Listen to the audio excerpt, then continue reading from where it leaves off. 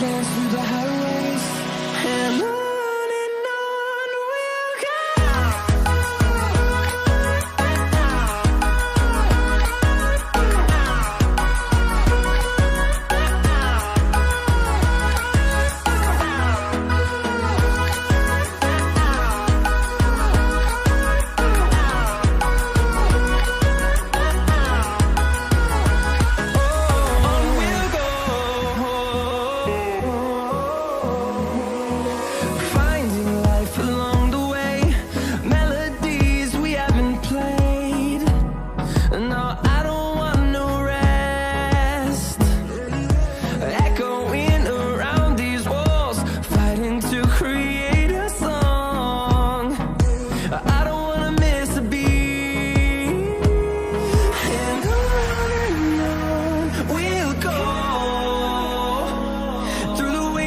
Through the highways, till my shadow turns to sun rays, and on we'll go.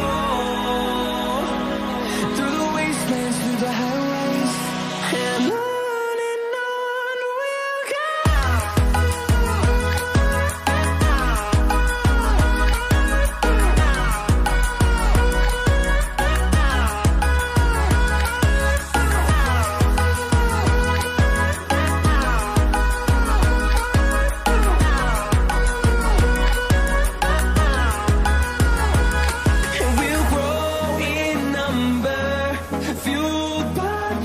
See the horizon, turn us to thousands, and we'll grow in number, fueled by them to see the horizon, turn us to thousands, and on we'll go. Through the wastelands, through the highways, till my shadow turns to sun rays, and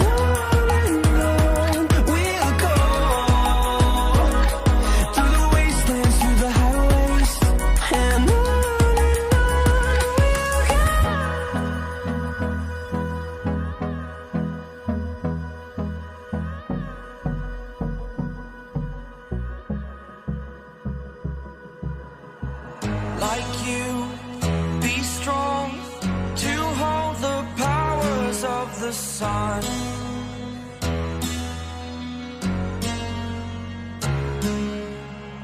To dream, believe in strength. Now I'm the only one, only one.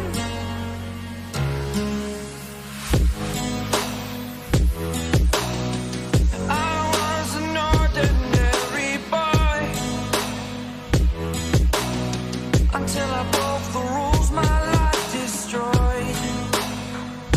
A life destroyed. Until I walk awake, scream my mind, I shout, the ground shakes. How much can I take? My mind will break. Will it break? Can I take? Can I be your superhero? Superhero.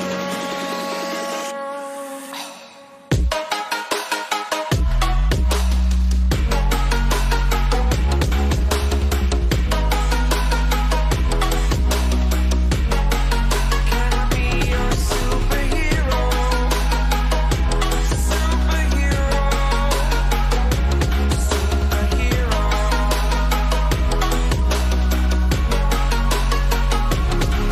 Superhero.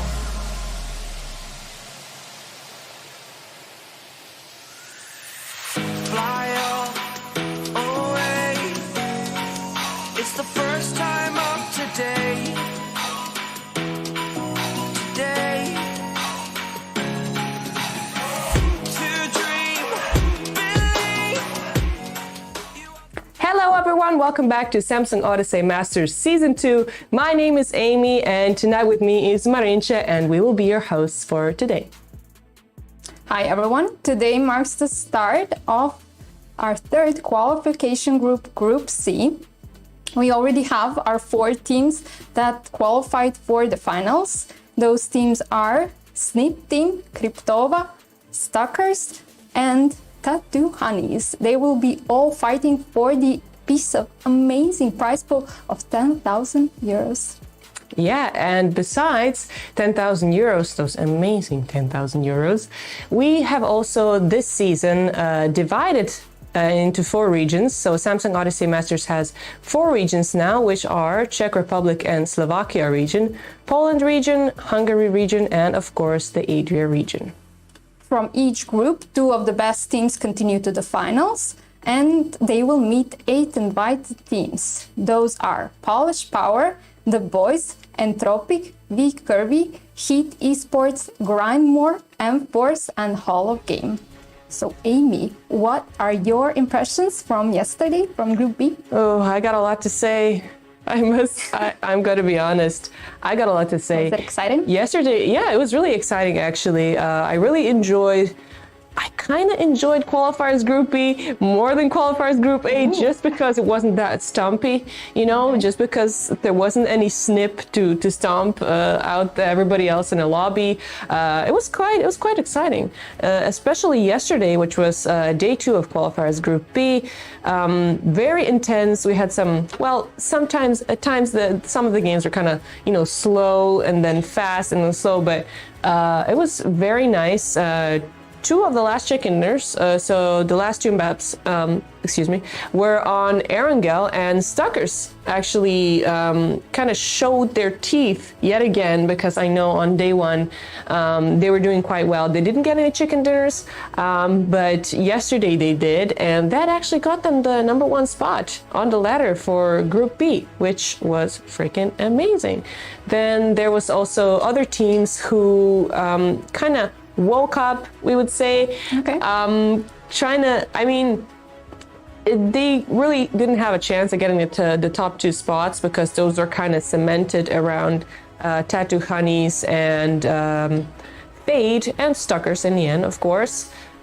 So they pretty much were battling for getting into relegations. They were trying to get those points to manage to get a second shot at the finals. So we saw 1 chicken dinner. It was the first one. We Are Not Toxic. Nice cheeky dinner. Then we saw Torpok. I don't know. I'm not sure if I'm pronouncing it correctly. The Hungarian team. It was interesting to see, because a lot of the teams then they just adopted this tactic of going safe.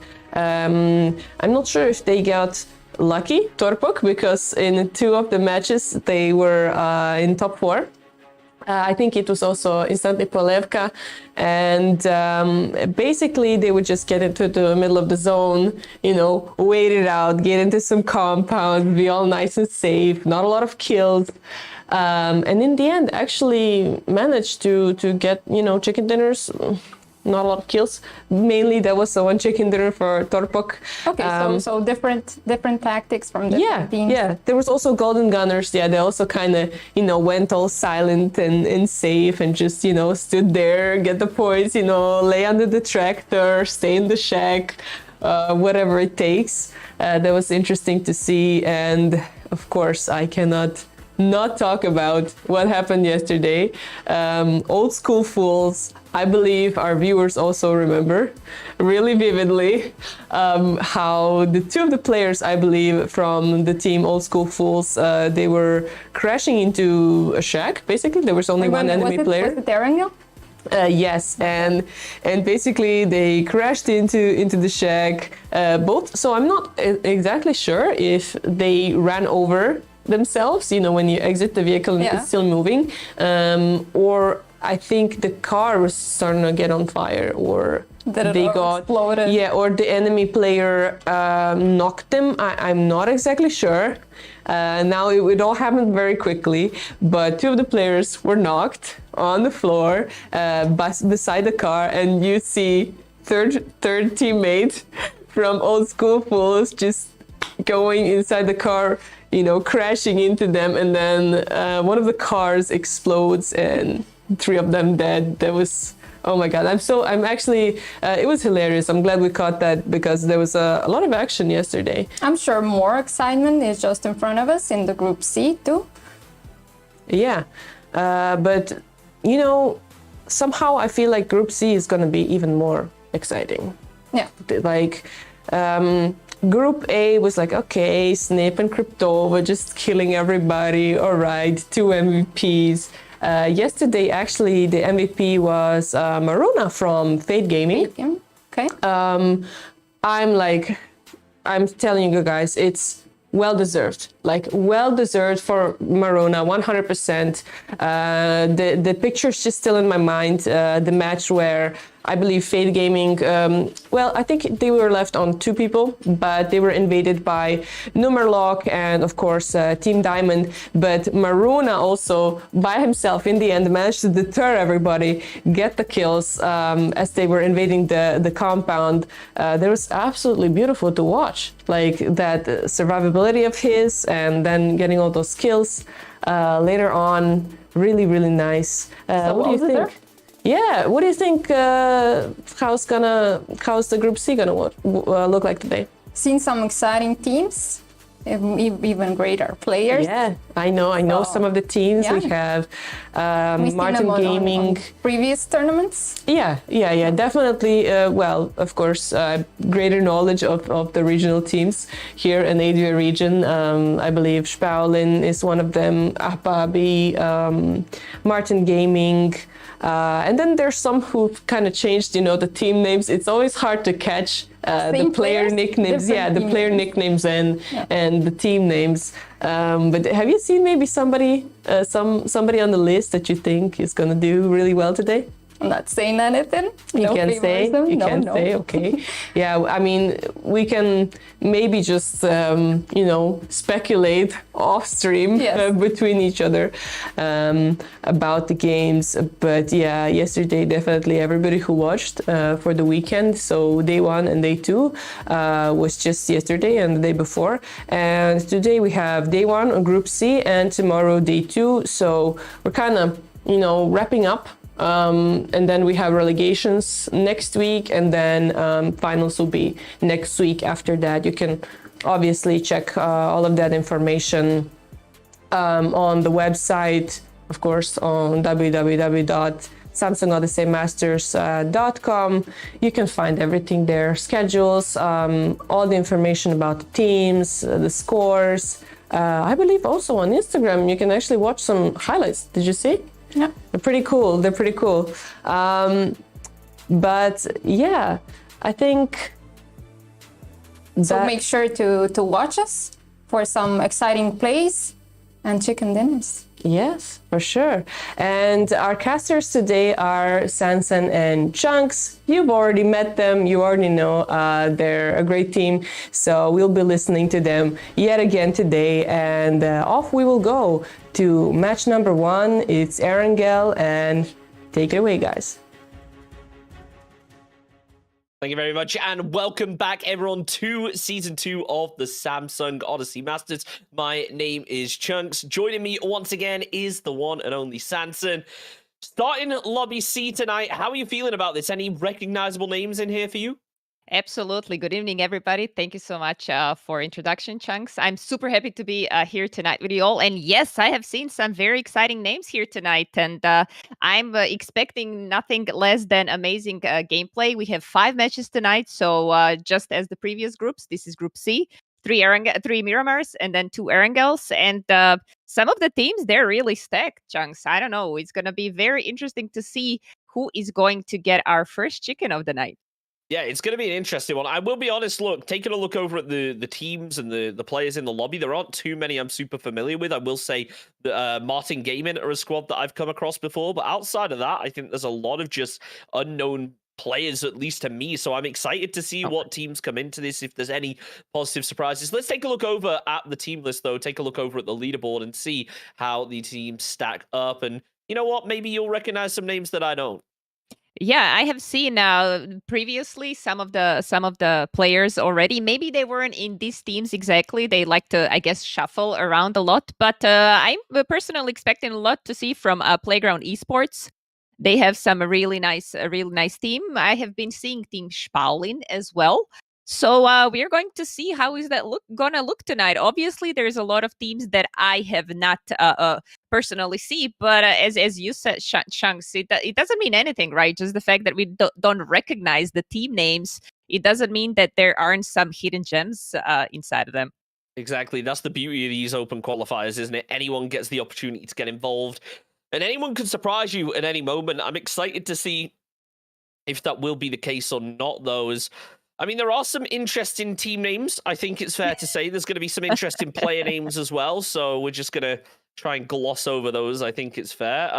Outside of that, I'm really just excited. We saw a lot yesterday, a lot of action, and the theme of just awkward zones just continued. Whether it was Miramar or Orangel, it just ended up being such a messy set of games. I want that to continue tonight. We did have a couple not so horrible circles, but the vast majority of all of the circles so far in the Samsung Odyssey Masters have just been really out there and really awkward for teams to play. Yeah, you're definitely thriving in those crazy situations. So I know you love it. The chaotic, the more chaotic it is, the better you are with all that with all that mess. So I'm sure you're expecting it tonight. And I mean, we can obviously, if we see what was happening in the group in the previous groups, we can definitely expect like what we said. The easier the plane, the crazier the circles. So we're expecting nonetheless, at least some of the crazy rotations. So it's going to be definitely very interesting for us to cast that. Definitely, maybe not so awesome for players to participate in it, but when we're looking at it from the outside, it always adds that little spice for us to shoutcast. Yeah, we should probably point out as well who actually moves through to the next round. It's the top 7 teams move to, well, stay in the tournament is probably the best way to put it. The top 2 go directly to the final, and then 3rd through 7th will all get an invitation to relegations. Now, there is one more spot available in the relegation battle, and that's going to be for the best 8th place teams, the team in 8th place with the most points, which at the moment is We Are Not Toxic. They played in Group B yesterday, and they managed to pick up 58 points. So if you're coming into this lobby, the minimum number of points you want to be getting is at least 59. And then on top of that, that's if you make it into 8th place. You want to be getting as high up those standings as possible. So a lot of pressure on tonight, it feels like. Yeah, definitely. I mean, everybody. I feel like all the teams should be aiming to get in the obviously first 2 positions because that's a direct enter into the finals. However, if they do not do well tonight, do well, when I say do well, if they don't grab one of the first 2 spots, they obviously still have the chance to do so in relegations, and leaving that 8th spot, as you said, to like, oh, maybe we should be like the best 8th team in the lobby. That's very that's a long shot. It's not ambitious, and it's a definite long shot because like to get like 59 points tonight, I mean, that's going to be very interesting because looking the last groups, for example, I wanted to point out as well, we have all of the finals participants, they have at least 2 chicken dinners. What do you think, Shanks? Is it possible that tonight we're going to see that's going to qualify directly with only 1 chicken dinner? I mean, it's going to be an interesting one, isn't it? I mean, there's going to be a couple teams coming into this where we do recognize either the team name or player name, so they have to be the ones to watch first of all as potential to sponge up a lot of the points. But we did get pleasantly surprised yesterday. I know that coming into it, just judging off of the team names, Tattoo Honeys were a team I didn't recognize. Then when we got deeper into it and we saw the players that were on that roster, we realized, hey, this is a really promising squad. And in the end, with 2 chicken dinners, they were able to make it through directly to the final. But I think the theme goes along for pretty much every team where there's a big possibility that any squad could go through. Cryptovia, for instance, from Group A, they went directly to the finals, and I think it's fair to say I've never heard of any of these players before. So it throws a lot of questions into the air, especially when we're in a lobby like this where we're not really too familiar with any of the squads, so anyone could come out and surprise us and sponge up a lot of kills like we saw Team Snip doing Group A. Yeah, it's quite possible. And I mean, even though we haven't seen yet none of the teams qualifying directly with only 1 chicken dinner, I think if we have, it all depends on the lobby, right? It all depends. We're going to see in the first 1 or 2 games, we're going to see which teams are more fraggers, which teams are playing a little bit more safe. Obviously, you can't play too safe because you need points at the end of the day. But it's going to be interesting to see which team is going to just hold their concentration, show us what they've got, because obviously you want those first two places for tonight. And with that being said, I think we are going to slowly get into our first game of the night, first Miramar, and we're going to see what's going to happen in there. Yep, let's find out now as game number 1 of the Samsung Odyssey Masters Group C is underway. We are going to get into it very shortly. We still have a bit of a delay till that gets started, but I am excited, obviously, with how impressive the previous 2 groups have been. And I have to say, if you're coming into this fresh, you want to try and get in there, get aggressive early, flex your might. And if it doesn't work, there's always the possibility to actually switch over to a bit more of a passive play style at the end of the day, when you can maybe take a look, review the VODs, and make those mistakes correct again. Let's hop into game number 1 of the evening, though. We're over here on Erangel to kick things off. And Kovo treating us yet again to another beautiful cinematic shot. Yeah, definitely lovely, a beautiful sky. And what's there to say? I hope they're going to have a beautiful and bright game like the sky is. Good luck to everybody. We're watching a plane. I wanted to see a minimap to see, it's a pretty decent plane for everybody. Maybe some of the teams that wanted to jump towards Georgeport are going to have to stretch a little bit, but more, if I can mention, it seems like a relatively fair plane for everybody. Just wait. That's all I can say is just wait, because if there's one thing we've learned so far is that even the most standard planes can cause major problems. I mean, we had a really similar plane to this last night that ended up being kind of a lumberyard ending, so there's a lot on the line that could end up going wrong here, especially with it being all the way north to south. Severny and Novo definitely potentials for phase 1 when that pops in about 30 seconds. Yeah, we are going to see how are the teams how are they going to get to their destination? I mean, Spaulin landed relatively close to our team positive vibes, but I think they just yoinked vehicles and they're going to be on their way. While talking about it, we do have one contest, and that is in the middle of the Pochinki. 2 teams are going to measure their strengths.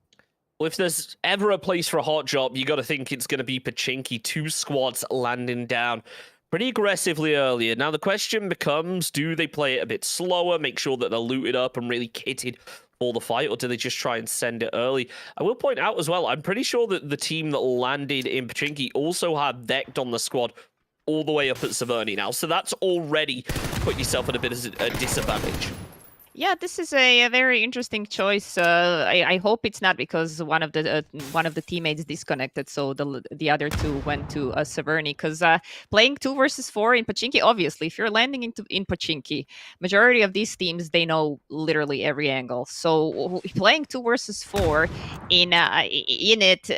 I gotta be honest that the odds are not in their favor, definitely. So hopefully, if they are smart enough, they are going to probably try to disengage, get some loot, and maybe get out of the city on that northwestern side. But who knows? I mean, Pochinki is divided in couple of parts, so you don't necessarily have to engage if you don't want to. But I mean, if you land into Pochinki, everything is known, right? You are in there you're in there to say, this is my city.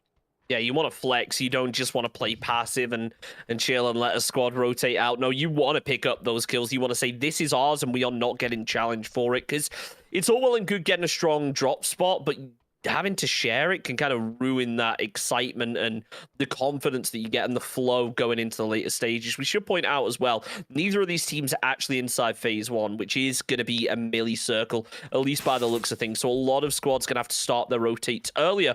Martin Gaming going to be one of those squads heading over to the east, getting ready to cross the bridge. And well, it could be Team Hit that are ready to set up a bit of a roadblock for him. Yeah, quite possible, because it all depends on which side the circle is going to go. Obviously, it looks so right now that it's going to be a melee circle, but it's quite possible that the circle rotates, especially towards the left bridge. So setting up some bridge camps could be a very interesting idea. Obviously, there is a lot of space to maneuver now, since the bridges got additional stairs and access to it. So it's looking, it can look really good for some of the teams if they know how to play around around it, obviously. And but for now, I think all of the teams are just, even the team from Milta, they're just rotating to the zone after Team Martin Gaming. So for now, I don't think anyone is going to set up a roadblock, at least not now. But there's also a team Positive Vibes, which is rotating to the left bridge, where we can see Team Spaulin, one of the players from Team Spaulin, and he is relatively close in that glass building. Maybe he's going to shoot at this rotation now. Yeah, it's a bit of a risky one for him, playing out as a solo. Bison in hand, it looks like the squad are just going to head straight to pass. So I don't blame Smixera for not actually taking any shots there, for playing it a little slow. Should be able to get himself, I believe, a barrel off the floor, because the rest of the squad are really split away. And I mean, it's not really the position you want to be fighting, and you don't want to be taking a scrappy bridge fight this early on, especially when it appears that the team have not really looted very well so far. Yuki only has a 1 helmet and no vest to go with it. Yeah, it's interesting to see that they haven't found a better gear yet. Because I mean, they jumped towards on the ferry pier. Oh, we're seeing some of the shots from Smexara, and he did get a couple of shots done, but he didn't connect anything. I feel like, I mean, with barrel on this distance, that's already around 70, 80 meters. It's kind of tough to get those shots done, especially when the vehicles are closed with the roof. So I think these were more just a shots that said, I'm here, just so you know. But now another team knows that he's here. And what you mentioned earlier, he is still not alone, because the rest of his team is looting a ferry pier. So I hope someone's going to join him sometime soon. Meanwhile, he's doing all he can to stop some of the vehicles from crossing. Get the bolt knock, Smex. Do it. Unfortunately, this time, not to be. The players will be able to get across. I'll give him credit. He's farming out the damage. He's landed a couple shots onto these players, just not being able to convert it. And I do worry about the squad now, as 3.5 men, that's the team name, are going to be moving in behind. And well, they're a squad that I actually do recognize a couple of the players from, so I know for a fact that they are confident in getting aggressive in a qualifier lobby. They could absolutely try and go in and get the kill points early, so they have to be one of those favorites for me. Gifted, though, come on, that's not the way you want to be starting off the game. Oh, here comes help, but no. He tried, but yeah, flipping buggy over is kind of very unfortunate, because it's one of the toughest vehicles to rotate back on the tires. So they're going to continue with 1 vehicle less. For now, we don't have a lot of action going on. I will mention, however, this was a relatively nice spray from Ante, and Sapno here managed to get a knock and a finish.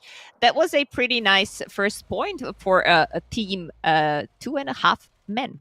Is it 3.5 men? It's 3.5 men, and it's a clean one at that. You got to give them credit. I mean, look, they have taken 0 damage so far, so it may only seem like a small thing, but not taking any damage onto your vest or your helmet this early on in the game, it has a knock-on effect, and being able to just quickly find a kill without really getting damaged too much, come phase 5, phase 6, it does save you a lot of hassle in terms of having to try and loot vests, having still something relatively fresh, not having to burn through too many meds. So nicely done there.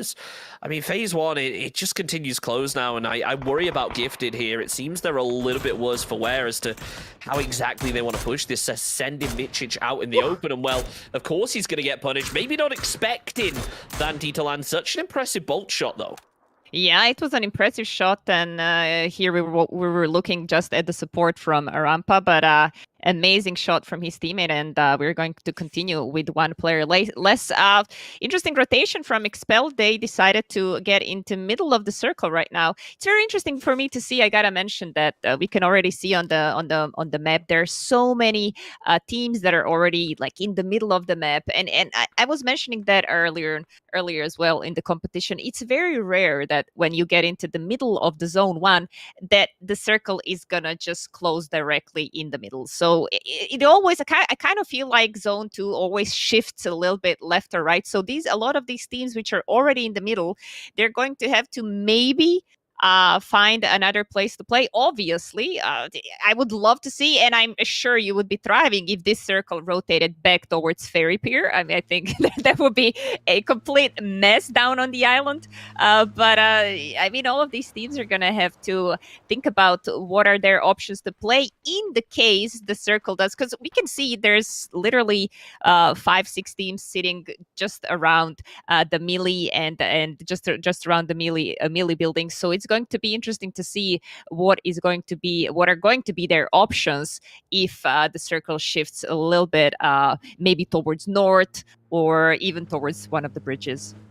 I mean, the way I like to think about it is phase 1, you don't really get that late game position. You get a flexible position that you are going to be able to rotate out of when the time comes. Madkafa, though, I just got the name. Let's just go with Army. Let's just go with Army. Yeah, okay. Yeah, I'm going to be posted up here, throwing out some nades, doing the best to try and defend the compound. Auvergne has moved back, and well, that vehicle is going to be more than denied. That is just yeeted away as We Need Money try to get over to safety. I'm not sure how lucky he is in terms of finding a boat, though, if that's what he's looking for. Yeah, Over is in a very unfortunate position right now because it's a full squad behind his back, and I see his teammates are trying to get as close as possible from the north side, but he's still isolated. So if he gets knocked, I don't think he's going to continue playing this match. But at least he has rocks for now. He doesn't have to peak that, obviously, and he can still buy some time and see if maybe some of his teammates if they maybe find a boat, but I feel like there's going to have to be fight before that.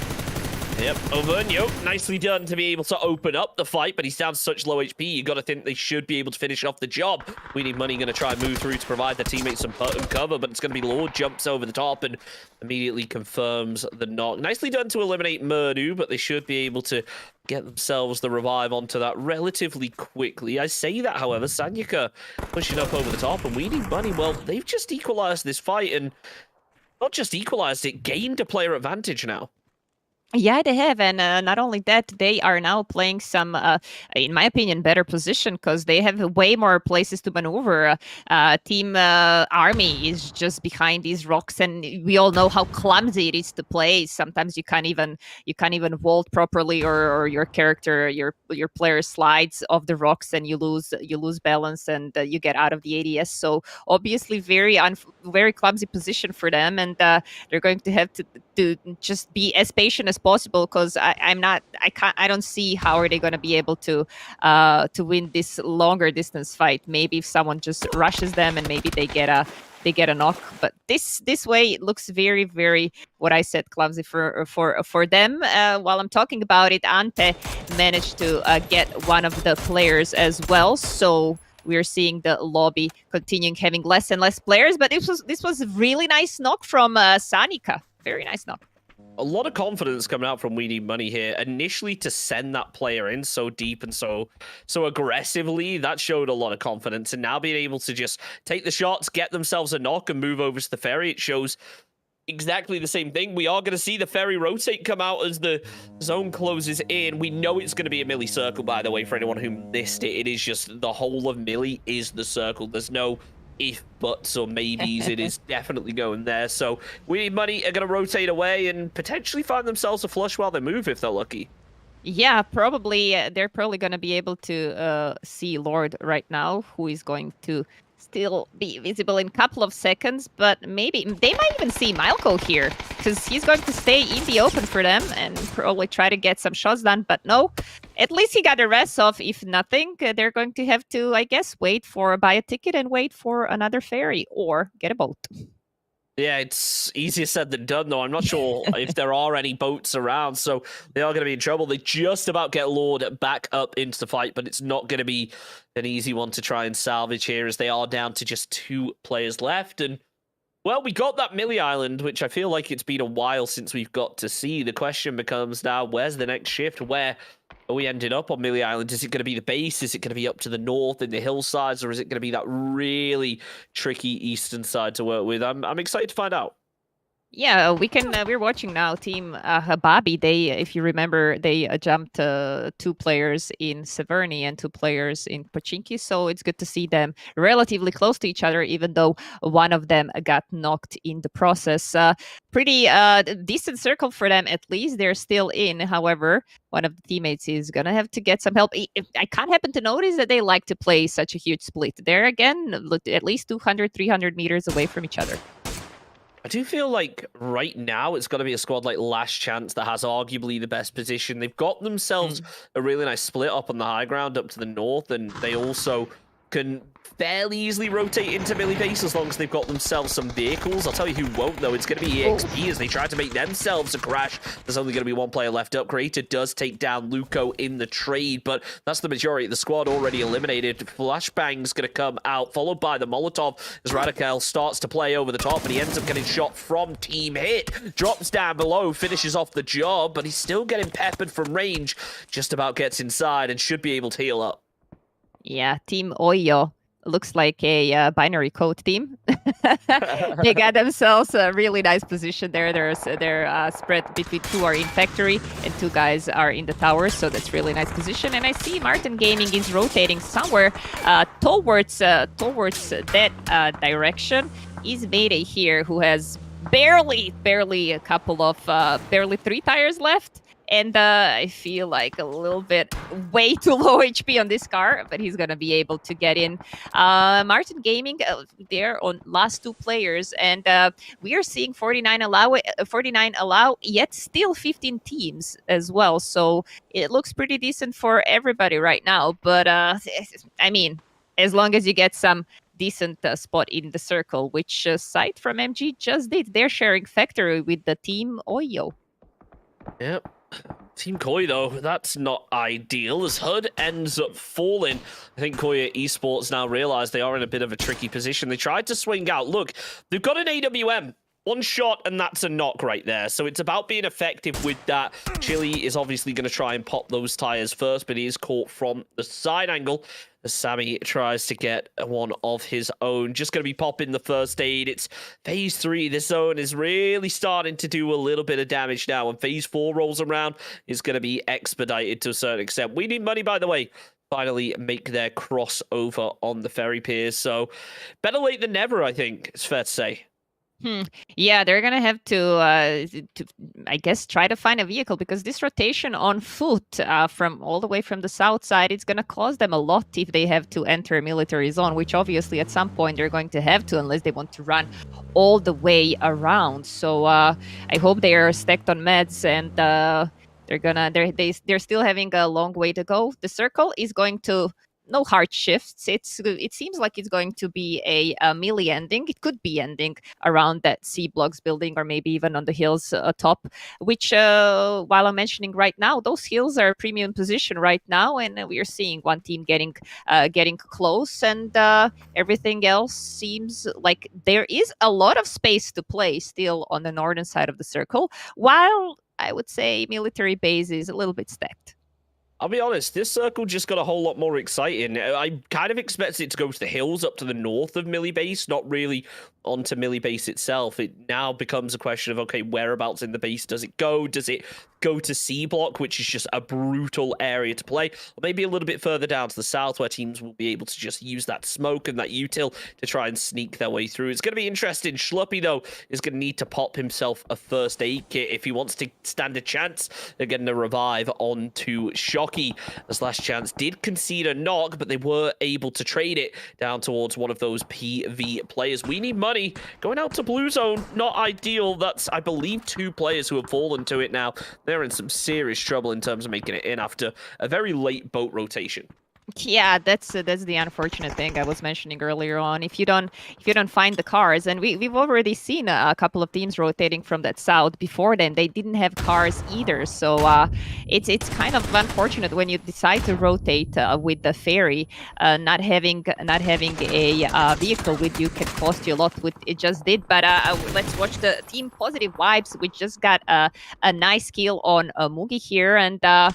Playground is trying to make some play here. Obviously, they They know they have a good position so far, and but they do still have a one player above them, if I'm not mistaken, or prone. No, on the same floor. But the fighting in these buildings is already always crazy because you can hear a player, but you're never 100% sure in which room they are. And now positive vibes have been eliminated on the 14th position, and PG team is going to find a little place for themselves in the middle of the circle. This is why I love circles like this. They are so rough to work with. Look at this, though, as we hop onto the replay. The nice bolt block. It's something we don't get to see all that often, but when we do, it's so satisfying to watch. As Phase 4 closes its way through now, Koya Esports also really struggling right here, as I think that's going to be the theme for any team that isn't already posted up in the Millie base. There is such an open area of terrain that they have to try and cross, and, well, We Need Money are definitely falling victim to that right now. Yeah, definitely. We're going to see where the circle is shifting to. Team Last Chance has those hills on the north of the circle. They're basically the only team on north side of the circle. So if it shifts to them, it's going to be good, but it's not. We're looking at a full melee circle right now, and all the teams which are now in the middle of it are going to have a pretty good time. They're going to be able to hold their spots and just let's see what happens there when a lot of teams, they don't have a lot of options, right? They're going to have to get somewhere closer to the mid and maybe potentially crash some of these buildings. Yeah, it's going to be an interesting one now. Sure, there are a couple dips that you can play down to the south, but it looks like the majority of them are going to be taken. Dalala, nicely done to actually land the shot to the player on the east, but it wasn't quite enough to find the kill, only connected onto the body. Sanyika will use it as an opportunity to move through, as the team that were potentially ready to gatekeep him end up hopping in a vehicle, going over for the silo instead. Things really do start to get kind of messy as 3.5 men end up falling out in 12th position. Gifted making the most out of this zone, getting aggressive and cleaning up quick time. Yeah, Gifted got themselves nice building, but Spaulin heard that fight, and obviously they want to join and they want to progress further into the circle because they're just about on the edge of it. So they know they have to make a play there because they're getting pressure from multiple sides now. Dalala is on 4 or 6 HP. He's gonna have to heal ASAP while Crazy is trying to suppress some damage coming from the circle. Spaulin just outside of the zone. They are going to struggle to make it in, as Baker's there with a nice little mini shot. Wasn't going to be able to get the knock, but still forces Crazy to drop down prone. Now, you got to bear in mind, they've just squad wiped here without any util really being used, which means there's going to be a hell of a lot on those bodies, and, well, they're making the most out of it. Crazy caught with the nade. It wasn't enough to get the kill. Maybe the second one will have a bit more luck, though. Lands next to the UAZ, but just a little bit far onto Smextra, as now he needs to try and get out of here. Gifted just happy waiting and going to try and get themselves a knock when the players rotate out. Yeah, I gotta be honest, this is a pretty smart play from Spaulin, because I didn't even see they have a vehicle there, so they're going to probably try to get in the vehicle, all of them, and maybe push further in the city, because they're getting gatekept here. There's not much you can do, and obviously what you mentioned before, Team GG has probably a lot of util left, so the option to push these buildings with limited amount of cover they have to work with is probably not the best idea. So what they can do is just sit in the car and hopefully find some place for themselves in other part of the circle, which they just have. They are behind the little barrels, I think. I mean, for now, it's okay. They're probably going to lose cars, but at least they have something to work with now. Yeah, and Crazy there, watching at the angle, almost managed to find themselves a kill to go with that position. Almost follows it up with the second as well, putting in work with that SKS, but honestly, it's all for nothing as they managed to get the vehicles over into the barrels. They've lost tires on them, and now they have to make yet another move. Everyone started to scrap their way through as Bampty starts to play aggressive, realizes players are going to be on the silo. In comes Eldon to try and get aggressive. Bampty is there, spots out one, goes to spray, is going to be able to connect, tries to go for the insta-flush, but it doesn't quite work out as Radikobel is round the other side. Out comes the nade. It's the underhand. It's certainly going to be close. The hillside may just work to his effect right here as the nade is going to roll down. That's the first one to connect. Can the second have the same effect? No, but it takes down Eldon as only one player remains. It's going to be Ragnar moving him around the back, gets himself the knock. The synergy and focus cleaning up that one really effectively. Beautiful pinch. Yeah, amazing play by Synergy and Focus. They even sacrificed middle of the circle to come and help their teammates, and they're not actually aware of Sanika here, which can maybe potentially get one crazy play, 1 versus 4. But this Moloch was just a little bit too short, but I think it's enough to notice Team SAF that there's someone around, but I don't think Rampa is seeing him. He's just prone in the middle of the field, and now he's being noticed, but there's one knock. Oh, okay. He really tried, but got eliminated on the 10th position. I mean, this was a really tough play for him. But 3 guys are knocked, believe it or not. 3K. That is so impressive to see. He just got the 3K. You got to think if maybe that first molly had landed closer, or even if he had a frag grenade, it could have been a different story. Oyo, though, they could decide to get involved on this. If they're keeping an eye on the kill feed, if they've heard the shots, if they know there's someone down here, they could very easily have got aggressive and made the most out of it. But it's not to be, as SAF are going to lose one. Phase 6, about a minute away from completely closing in.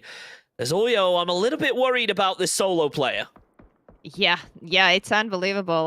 There was a a lot of problems coming from that one player, but I mean they managed. They are on three men right now, and there's Sight as well. Talking about solo players, Sight found himself one really nice position. I think not everybody knows how to vault up here on this. It looked like some kind of a boat or submarine. A very nice position. I didn't even know you can hide yourself there. And I mean, it's still deep in the circle, so he's just gonna chill over there, I guess, while maybe he catches some of the rotations from within the factory. Right now, the circle is looking relatively. Everyone is doing, let's say, stable. We have 2 full squads on the north side of the circle that didn't get into a lot of fights, so it's looking pretty good for them. But right now, we're looking at Team GG with 3 men, 5 kills. Let's see what they're going to do.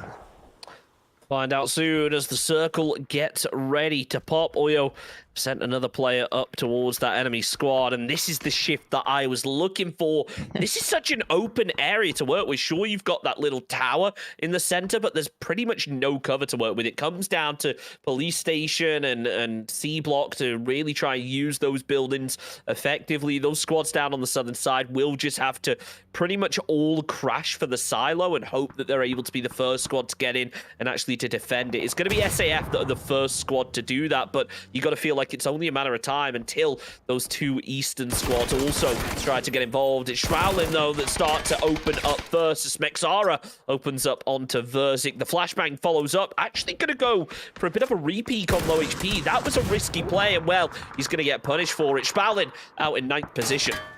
Yeah, Spalling out in 9th position, but he managed to get a 1 player with him. So GG is down to 2 players while we're looking at this. Oh, Side got noticed or heard. And unfortunately, this potentially 200 IQ play didn't pay off. He got hurt and he got deleted in the process. So we are left on 2v2, it seems, in the middle of the factory. This was a really nice opener from Adlui. He's going to get that kill on Luko, while Sandman is going to stay all alone here. And he's just probably going to opt to go towards the circle. Obviously, Team Synergy here in the middle heard those shots, and they are not gonna let him get into the circle that easily.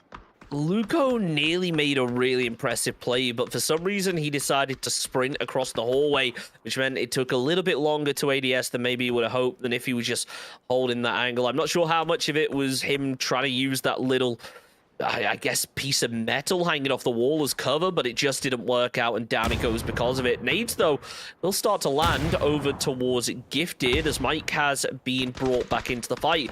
Coho moving through a little bit more aggressively here, has the Scar in hand, looking out, sees a bit of movement, and well, the frag grenade does definitely do some damage as well. Sandman falls as open field drop out of it, so does Liner as the nades drop right on him. It leaves Gaga as the only player left up for PG, and well, the frag grenade is going to bounce beautifully and finishes off both players. Playground Esports not playing around as they go down in 5th position. Yeah, this was really nice play from Team GG. Great usage of utility, and now they found themselves a little place to work with right now. While we're looking at Team Synergy, which is just on the edge of the circle, I feel like they're going to have to move. You can see just the little tiny corner of this wall is still in the safe, which is not playable from the inside. So they are going to have to expose themselves very soon. While Team GG is looking at them at the moment and actually is firing some shots towards them. So even though Team GG is only down to 2 players, they are having a better position than Team Synergy. So unless Team Synergy starts with smoking literally everything around and trying to get their way towards north side of the circle, they're going to get in a lot of trouble. Absolutely. As Synergy and Focus try to move through a little further, they realize that Gifted off to the west could hold this angle. That's exactly what Koyo tries to do. 7 kills for them so far. Being able to make it into the top 4, it's going to put them in a really good position, but Phase 8 is going to start closing through and creeping up behind them. So Gifted just need to be very careful with how they end up playing this. Fakar is off to the side as, well, he has a Grozer in hand, but this zone, it does a hell of a lot of damage. You do not want to be in that at all. Never mind for a couple of seconds. Rampa does go down, jumps out of his vehicle while it's still moving. Fakar ends up falling, but it leaves Bampty to find himself the trade with the headshot. Nicely done, but Kojo finishes off the job and should be able to get himself the revive onto his teammate as long as he picks him up and carries him into the safe zone. Yeah, what an amazing feature we got in PUBG, that carrying. It's amazing save just now for his teammate, and they are continuing this match with 2 alive while we are having a very huge action on the end of the circle. On the north side of the circle, we have 2 full squads. Actually, LC is down to 3 men. One of their men got killed in the process, and it's looking really interesting because the zone 8 just is just zone 9 is just about to start moving, and everybody needs to throw down utilities. And obviously the area which they have to work with, I feel like Team LC has a little bit more playable area because of those little walls just on the south side of the buildings. And just the team, how are we going to pronounce them, Shanks? Team Hit. Team Hit. Let's go with that. Team Hit is doing their best to get closer to those walls which LC is holding, and I mean, their fight is inevitable. Yeah, it feels like it's only a matter of time now. I gotta say, Team Hit getting really aggressive right here. Bent has himself the shotgun in hand, but it's actually going to be Schluffy that opens up with a headshot, almost follows it up with a second, but Taxis is there to find one of his own. He needs to heal up first as Last Chance tried to move in to get themselves the revive. Team Hit still have the man advantage as Roy Mercury is off to the side, has the MK, but not really going to be able to make anything out of it as he isn't able to catch any angles. Does spot out Trog out in the open, tries to return the fire, but it's just not to be as Team Hit's now all going to be healing up. Bent blazes back in the fight as Bent pushes through. There's the headshot with the shotgun, but the nade is immediately there to start trading it out. Gifted are using this as their opportunity to start sneaking up behind as Roy Mercury, unfortunately not able to spot that player through the gap in the trees. The foliage just a little bit too thick this time around. Team Hits, though, in a really good position, grabbing more zone control. That's until Gifted get involved and take down 2 of their players, leaving only 2 left up. Wow, this circle is so good for Team GG right now. They're third-partying everything they can, and I mean, their position is so premium right now. If Roy here doesn't make a difference for him, for his team, we're looking at the chicken dinner for Team GG, and here Roy finds one great knock on GG player, and here's one more. Wow, beautifully connected, and this is a first chicken for Team Hit. 7 kills. This looked really nice, Shanks. Really impressive performance coming out there, not living up to their name this time around as they pick up a really big win. I got to give him credit there. That was a really solid way to end the game. Roy was anchoring, watching the angle. He couldn't really land too many shots onto the players who were starting to push through, but he was still able to farm out that damage. When he realized that the other squad was down, he could refocus his attention onto Gifted and finish off the job. You even saw him when he was reloading, flick his mouse around, check how close the zone was to see if he actually had time to try and take the fight or whether he needed to throw smoke out to get some cover. So really impressive performance there from Team Hit. Absolutely, and I mean, for a second there, I was actually worried for them because it looked like Team GG has overview of the whole gameplay, but at the end he managed to get that double frag. And what's there to say? Congratulations for them for the first chicken, and we are going to go back to the studio. Welcome back to the studio. That was game number 1 on Erangel, Group C. What do you think so far, Marinche? We have our first winner. We Yeah. had interesting military circle, Yeah. and we've seen some fairy fights. We've seen a lot of Kobe's. Kobe. A lot of Kobe's this match. That was very exciting to see. Everybody here in the studio was keeping their eyes peeled on the game because we know that more was coming. We saw a couple of things I wanna talk about. I think probably the most recent one was the Kobe from Team Gifted. That was amazing to see, those the knocks and then the double kill, I believe. That was so good. And we had Sanika as well. Yeah, Synergy also weren't shy with grenades and with drive-bys too. That was. And then Sanika comes from the back. He was all alone, left after his team died. Kind of slow rotation on the ship. After his team died, he was sneaking in the back, trying to, keep on the edge of the zone. And then bam, he got actually 3 knocks. I mean, honestly, one of the players of Synergy was already knocked. And I was like, why didn't he shoot at them? And then he threw 2 mollies. I think one of them was kind of short and then one was on the side, but he managed to actually knock one of the players with the mollies and shoot at the other 2. There was really some crazy action. That was really nice to see. But as you guys already know, you're probably waiting for us to say it. First of all, I want to thank Samsung Odyssey.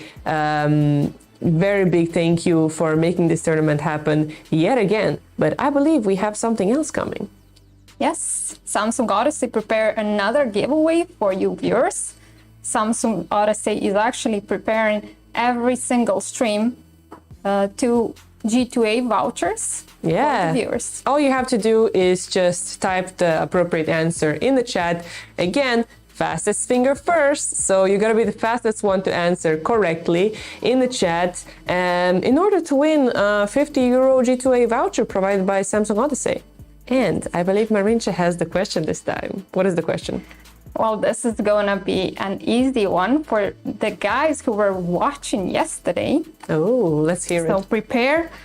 We want a name of a player that clutched a 1v4 situation and winning the game for his team on the last qualifiers Group B.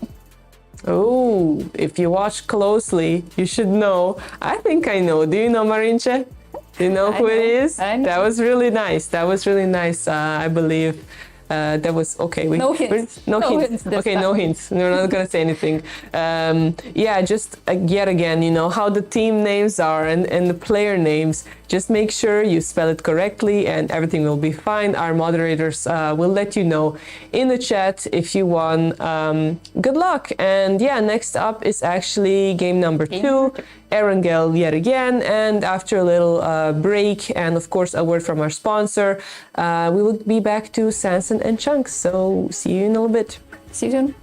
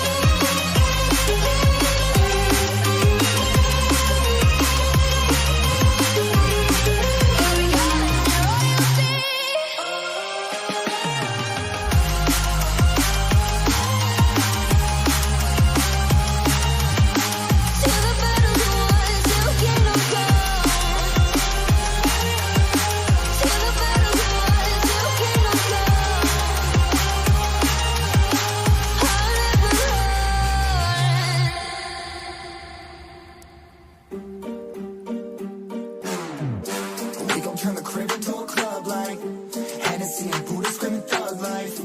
Get it, baby, you know I'm the plug, right? Fucking got a feeling that it's gonna be a long night. Whoa, everything I touch turn cold. Need no introduction cause they know Brit and Mo. I hit the lotto, my motto. Roll up gelato and throttle a couple models staccato who fucking brought up the bottles from gone ham. This ain't even luck, all planned. Y'all know who the fucks I am. Burning bucks, smoke bands. Always been the MO since the start of this. And now I'm on a mission like I'm Artemis. Hey, we gon' turn the crib into a club like Hennessy and Buddha screaming thug life.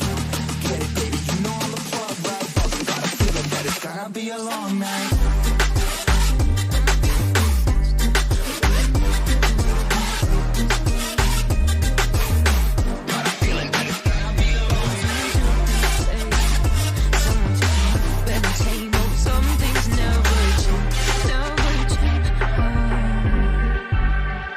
You think I would look pretty on your arm once you cover up my bruises and battle scars, but it always ends the same. Can't bear the things I've had to face. Got you crying on your knees in pain. Oh, some things never change, never change. Oh, you'll break your back to make me feel again. Suffocate to make me breathe again. Lose your mind from endless pain. Well, there it is. Team Hit picking up the first chicken dinner of the evening. Really impressive way to clutch it out as well. It basically came down to 1 versus, I think, 3 different players. So really impressive to see that discipline and really heavy fragging performance from them. They left it until the final seconds, but in the last couple of phases, they really leveled it up quick time. Yeah, definitely. They were holding their horses all the way until the last zone, and obviously it paid off. We've seen some amazing play by Roy, and was there to say they have their first chicken dinner in their pocket. We can check the leaderboard, however, it just wasn't enough to get that first place. No, I mean, Gifted, 13 kills, only managed to get themselves 6 placement points, but still, that gives them a grand total of 19 to kick things off, and that bodes well for this squad. I think, you know, if you're kicking off the first game with a serious number of kills, it shows a certain level of confidence. And sure, Team Hit, they got 7. That's the second most in the lobby, and a chicken dinner. That's impressive, but I just want to see teams frag out tonight. Yeah, I mean, if we see what Gifted did in the first match, we can only hope that the other teams are going to catch up and do it in the rest of the 4 matches. It obviously paid off for them. I did say at the beginning of tonight, is it possible? Are we going to maybe see a team qualifying without any chicken dinners? And I mean, if Gifted continues this way, who needs chicken? Good point. Good point. I mean, if you're able to be that consistent with kills, then you're going to be on track to take the whole thing. And Koyo really fragging out for his team right there. 8 kills all by himself. Team Hit, though, they shared the kills a little bit more, keeping 2 players in the top 3. Yeah, and what's really impressive to see is that Roy on the 3rd position, he did not have any kill until last 4 men standing. So all 3 kills that he got was last 3 men. So I mean, it's a battle royale. This is what just, you know, you can see players fragging out the whole time, and you have that sneaky guy who has 0 kills, and then in the last in the top 10 situation or top 5 situation, they manage to make a difference. Yeah, it's about striking when everything is in your favor, and you know, being disciplined enough to sometimes avoid the fights. I gotta say though, GG, Yep. really well done. 3 players in the top 5 damage. Last chance with 2. Considering they're a 3rd place team, it looks like Team Hit didn't really get aggressive with those DMRs in the same way that Last Chance and Gifted went with. No, they haven't. But as you said, they were disciplined enough, and I mean, it was obviously enough for the 2nd position, which is also amazing. I mean, they got a chicken dinner, but overall on the leaderboard right now, they're 2nd. It doesn't have to be necessarily that in a single match you have to be super aggressive. Sometimes being a bit more, just holding your horses until the very last moment, like they did. Sometimes that's the right play to do. And while that being said, we can jump into our 2nd match, and let's see what the teams have prepared for us. Yep, back here on Erangel for another one. And I gotta say, it is a fairly similar playing path, all things considered. It is a little bit more off to the side. It's not quite as vertical, but I am a little bit upset. We didn't get one of Kovo's cinematic shots this game. I don't know what's going on with Cole, but he's She's gonna have to slacking. He's slacking. He's gonna have to step up a little bit. I mean, we just missed our clear blue skies, and I don't know how I'm gonna continue living without that. No, I'm Tough. done. I quit. Mm. That's it. Solo capped in the rest of these games.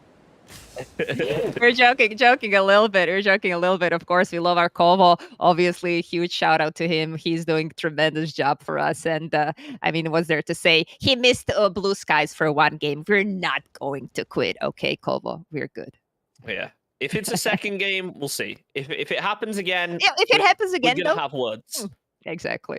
Yeah. Anyway, over in Pachinki, this is the hot drop we were looking for, isn't it? We want to see both teams actually full 4-man up and getting involved. And it seems like each team kind of has half of the city in their control. And, well, shotgun meta definitely in full effect by the looks of things.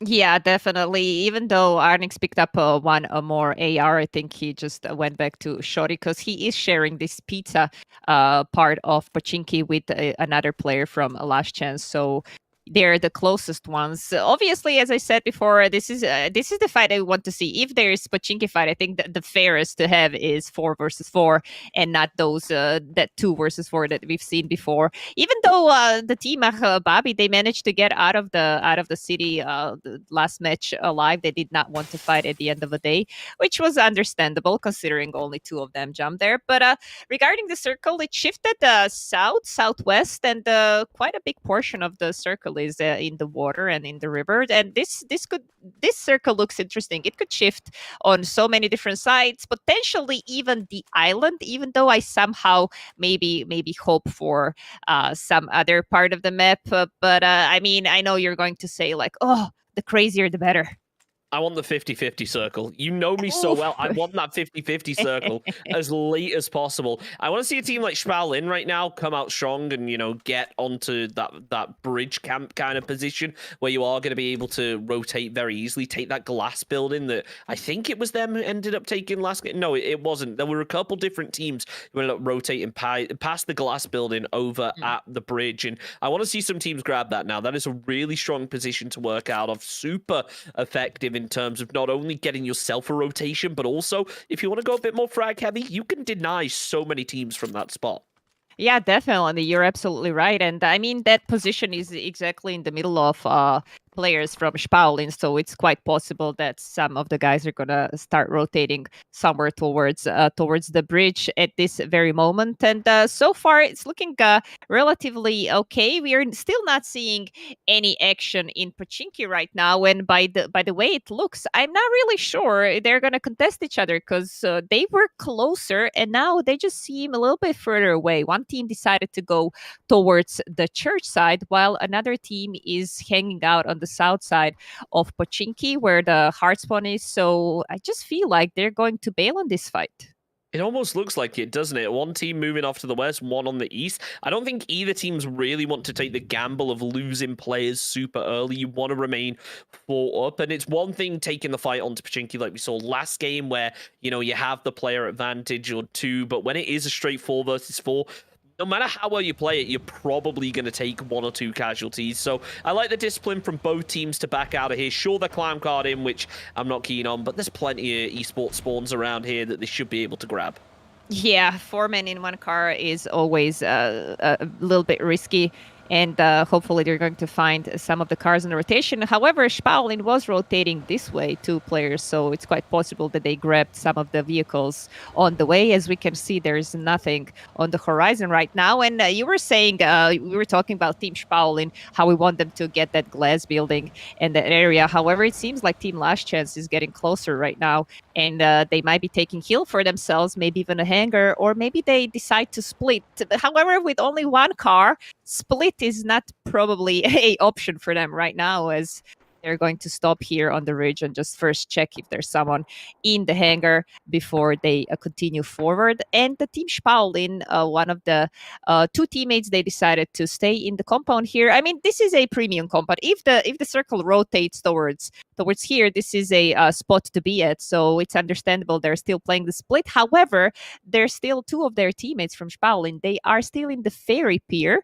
They didn't move a little bit out of it. So it's going to be interesting to see see now with Team PG taking that glass building, I think, and maybe even a gas station, we are going to maybe potentially have an early fight here.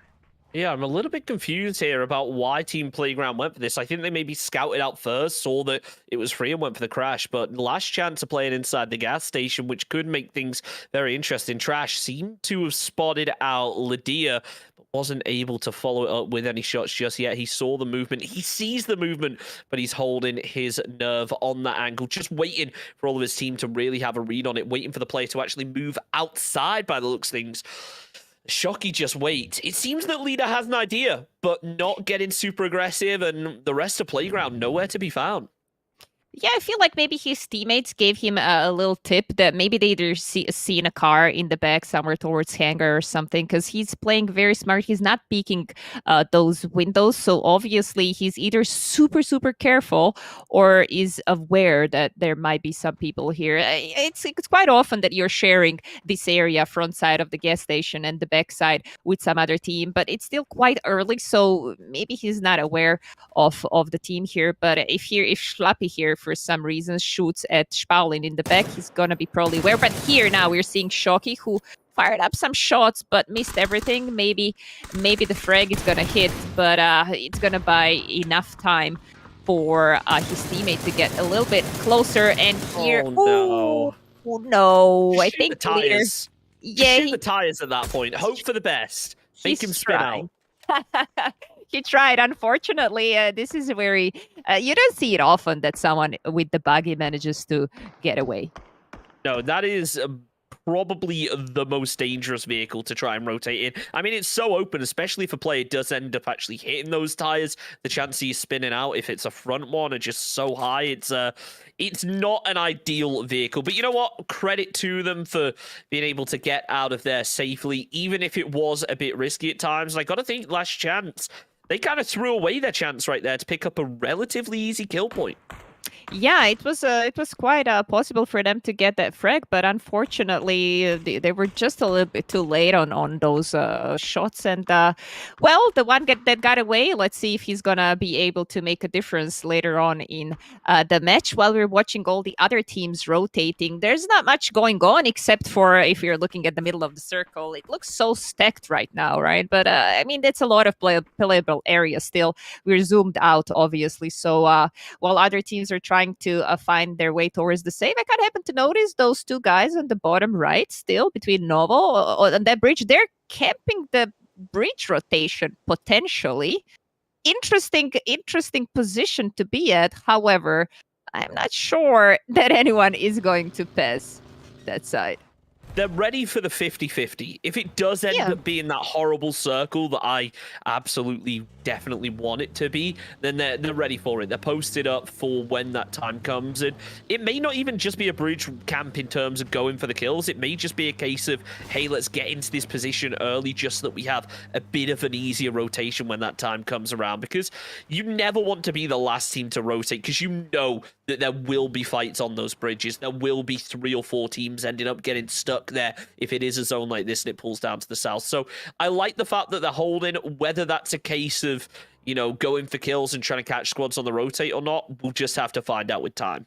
Yeah, definitely. And while we were talking about it, I've seen that Team Martin Gaming is playing only with 3 players. Site did not manage to connect. And he's one of a live 64th player in the lobby that did not connect. Unfortunately, it is what it is. But I mean, we've seen some great plays by 3-man squads in this competition. And overall, sometimes it feels like even when I'm playing, sometimes it feels like I play better. Sight is back, by the way. He connected back, which is really nice to see. So we're back to full squad for Martin Gaming. I was talking about 3-men, but they have more chances now with Sight being alive, and he has a vehicle to rotate with. It's a motorcycle, so the easiest one, arguably, and we're going to still see more from him. Well, there's that phase 2 shift, and these squads up on the north are going to have to try and make themselves the move right now. Oh, no, Aldu. That's a really unfortunate one. He actually ends up stealing the kill away from Nitro that he was maybe looking for as Simon throws up an aid to try and get himself a trade. It looks like We Need Money are just going to try and back off of this. And pretty successfully at that. Sure, they lose Nitro, but you got to think they should have been able to pick up maybe 1 or 2 kills there when the player hopped out of the vehicle. It was a relatively easy target.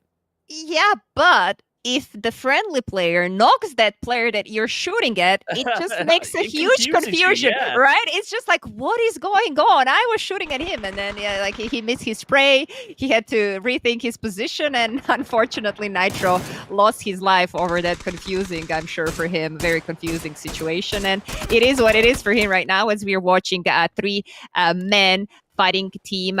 We Need Money.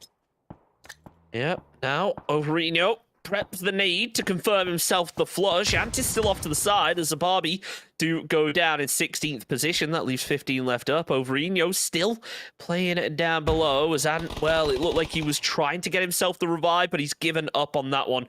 His team now going to be backing up out of it. Can't really blame him. 3.5 men now down to just the 3. As there's the shift that we were wondering about. It does go up to the northwest, so we're not going to have that 50-50 circle this time. I'm waiting, though.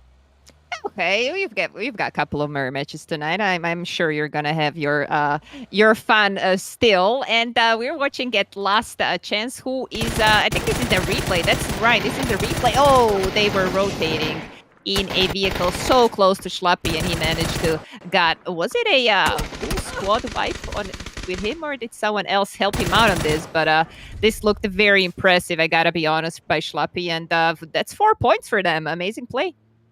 Always nice to be able to catch someone on the rotate. Really impressive to get those 4 points. But now the problem becomes, look, they've only got 2 players left up. What can they really salvage out of this game now? Trust me, it's going to be a rough one because it's 50% water, which means these squads are going to have to crush themselves in early. We should point out as well that squad who's been playing down on the Millie Island for the longest time, finally sending Lukey across. But is it wise sending just a solo off to Ferry Pier when, I mean, there's some wide open compounds off on the west near Primorsk? Yeah, I'm not sure. Is it the team Expelled or is it the team Army who is still down on the island? But I mean, they're going to find their way across. They did take the boat, and they're going to get closer to Schlappy and his teammate.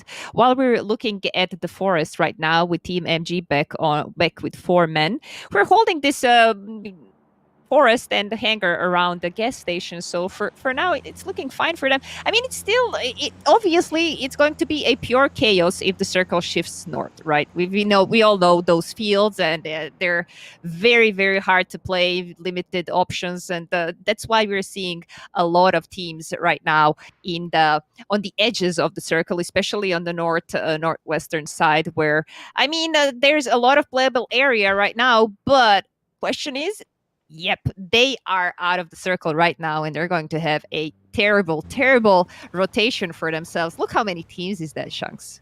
Oh, this is so brutal. A Ferry Pier circle, it's something that you very seldom see, and you know that come phase 4, it's going to probably hard shift up to the north, so those trenches are going to be a high-value position.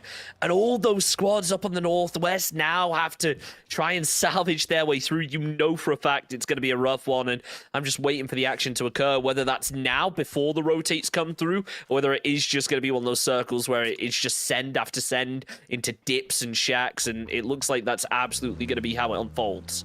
Yeah, Team MG repositioned themselves on the east side of the circle around the glass building on the bridge. So for now, from my position, it looks like a really smart play for them because they're playing a huge split at the moment. However, I feel like with so many teams left alive, they're going to have to get closer to each other rather soon. And here, 3 men, it seems like they're continuing having some issues, and they might be down to 2 men, or maybe they will manage to get the rest off. So at least something. When we lost Foreign, however, I think 3 men got that kill on Foreign. I'm not sure. Honestly, things are getting that messy right now. It's about to get very hard to keep track of. That kill feed is about to absolutely light up, though. Impressive from Hood, though, to actually find himself the headshot, and, well, they'll confirm the flush to go with it. Vanti's going to be out of it. Koya, well, they got a point. You can give them that. It's going to be a rough one, though. I mean, look, they're trying to peek up over the top. Sammy, did he spot that player? I can't tell. He definitely hears him as he switches the M4, but not going to be getting super aggressive as the rest of EXP are just posted up over to the north in their buildings. Yeah, Sammy is, his squad is down to 2 men, and even though they got that 1 kill from Expelled, they still do not want to be too aggressive, because obviously they have a good position in the circle, and the longer they hold it, the better chances they have to grab some points for the placement as well. We're looking at our army here on the compound, which is a little bit outside the zone on the coast, and they're going to have to probably get some better position for themselves, unless they want to be very late to the party in mid. However, it's still possible to play the edge here, obviously, and get closer to the middle of the circle later in one of the next phases. But being on the open area, being on the beach, even though there are trenches there still, it can still be a very, very risky play for them. So right now we're back to the middle of the ferry pier. So many people left alive. 15 teams, 50 alive, and the circle is shrinking. What you said, back to north. Yeah, for anyone who maybe is newer to competitive PUBG, you should probably know that Phase 4 is what we call the land ratio shift, which means that as much of the circle as possible has to be on playable area, which is why that shift was so predictable. The team should have been able to predict it as well, knowing that it was going to hard shift up to the north. And, well, the Ferry Pier teams, they're just about inside, but it's not going to be an easy one. The Western teams with a whole lot of trouble of their own. Koya, though, want to get aggressive as Sammy tries to play point. Hood is just there for cover. They want to get the kill points, but at the same time, with only 2 players left up, it is detrimental just to get a player knocked, and it makes that mission so much harder when there's still the unknown of how many players from We Want Money from We Need Money are actually up. It doesn't appear that Koi actually have any read onto how many are up other than the player they've already flushed out. Yeah, they're having an interesting fight down there on the very edge of the circle. Right now, they're in a 2v2, but obviously they can't 100% know how many players are left alive if they didn't frag them themselves. And here, Team Hit, winners of the chicken dinner in the last match, are having a little bit of the action for themselves. They found one of the guys from Spalin. Roy's doing a difference. He's making difference again. He's trying to pop that flash on someone below the ridge. He probably does not have the audio yet. He's about to have from Delilah. And here's another knock for him. Roy doing amazing job. And I really hope at some point his teammates are going to join up on this, because, or they don't have to. Roy doing God's work again. Look, Roy clutched out for Team Hit last game. You can't blame him for doing the same right now. Nicely done to eliminate that squad, and, well, that's just put them in a really good position because there's no other teams really around this area. Oyo going to be able to take down one as now SAF start to move their way up the hillside. They know that there's going to be players from Positive Vibes over here somewhere, but they just don't really have a read on them, the player they were able to knock. It looks like Synergy want to spin around the side instead, knowing that there is going to be a squad pulling up. They hear the vehicles, but can BPH really get the jump on them from this position? Yeah, BPH is making a lot of noise. Obviously, Picard heard that, and he has car 98, but with only 2x on it, so not the best weapon to frag with at the moment. And he got knocked in the process. So really, a really nice play from Team BPH right now, as they're going to confirm this kill. They obviously know the location of another SAF player, and they are now in a lot of trouble right now, as they're gonna have to either go fully aggressive or just the last player got killed in the process, so we lost them on 11th position. Good play here from Team BPH. We haven't seen them today yet, at least not in this. They have 6 kills already, so they're doing some good work right now.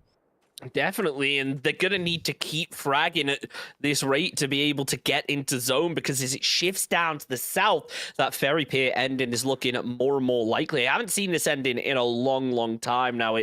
It's got to be a good few months since I last saw a zone go down here, and you know it's going to be a problem. The teams that are in ferry pier aren't in a terrible spot. They should be able to post up and hunker down, but the squads that have to actually cross that road and pull down to the south are now in serious trouble, because there's not really much playable terrain up on the northern side over on that initial northern ridge, and then obviously only a very small ridge to work with on the south side of the road. So it is going to get tricky for a lot of these squads as Koya Esports want to start pushing their way through. The crash actually going to be coming through from one of those squads too.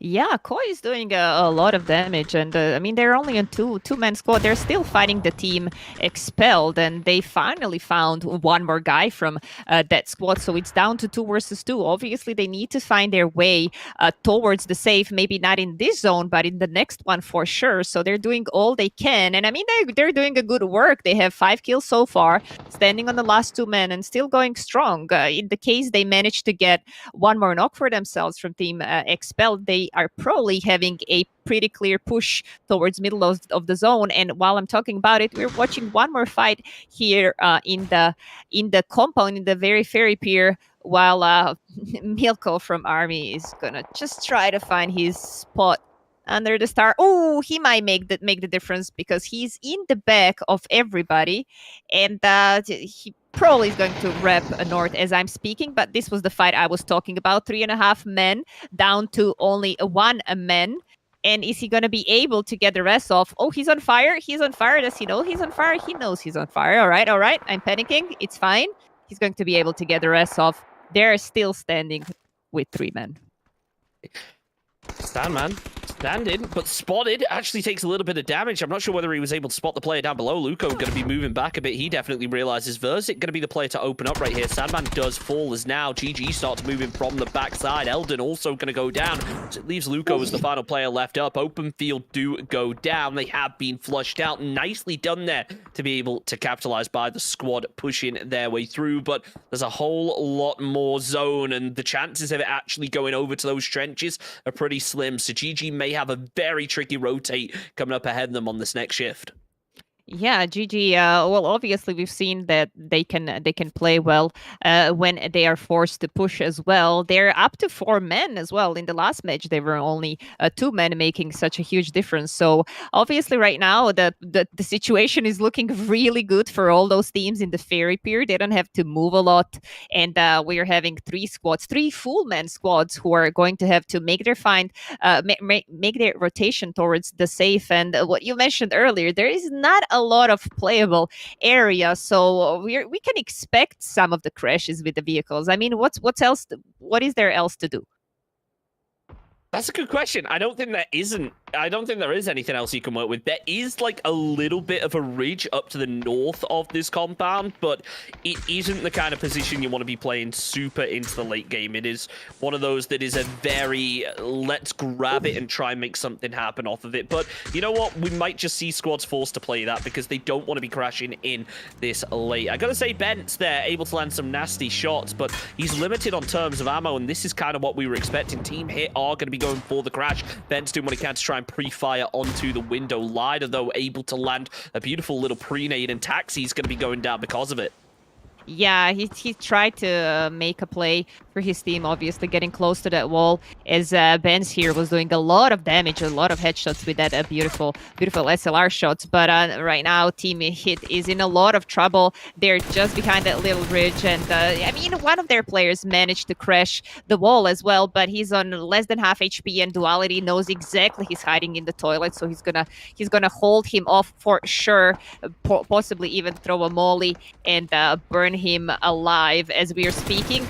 Meanwhile, Sami is doing a lot of damage for his team. He found a frag on Coyote as well, so there's a lot of action going on right now on the kill feed and here on our little screens, while we're watching Duality holding one of the players from a hit in the toilet.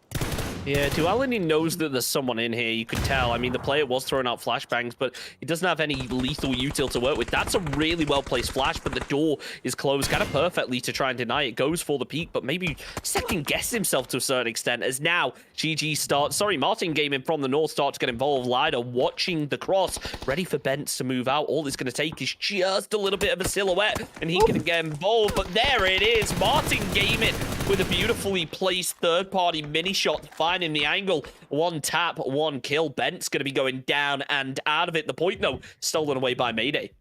Yeah, Lighter was just a little bit too late for this refrag for his teammate Duality, who got basically shot in the back by the guy who was running through the smokes. But at least they're up alive and kicking with at least 2 players, so that's I guess good enough for them.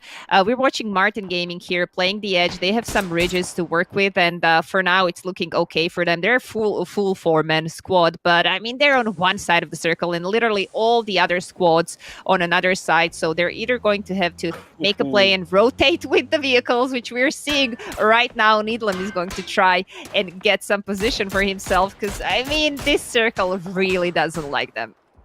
No, that circle shift was brutal, and it is going to be one of those end games where it probably comes down to the very final zone. I can't say I've ever seen a true Fairy Pier ending like this. I've seen some that have ended just to the north, like on the road, but I'm trying to think of if there's ever been a time where I've seen an ending that is this deep into Fairy Pier.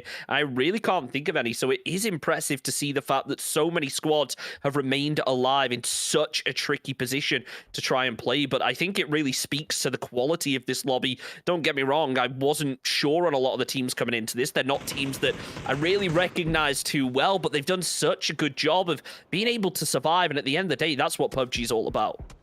Absolutely, and I'm just wondering, did the team MG, they probably scouted the sniper tower, which is staying in the middle of the zone. No one is there, so if they scouted well, they're probably going to crash it and buy some, get some real nice position for themselves. Well, we're watching Milko here from Army doing a lot of, he's doing what he can, obviously. He's alone.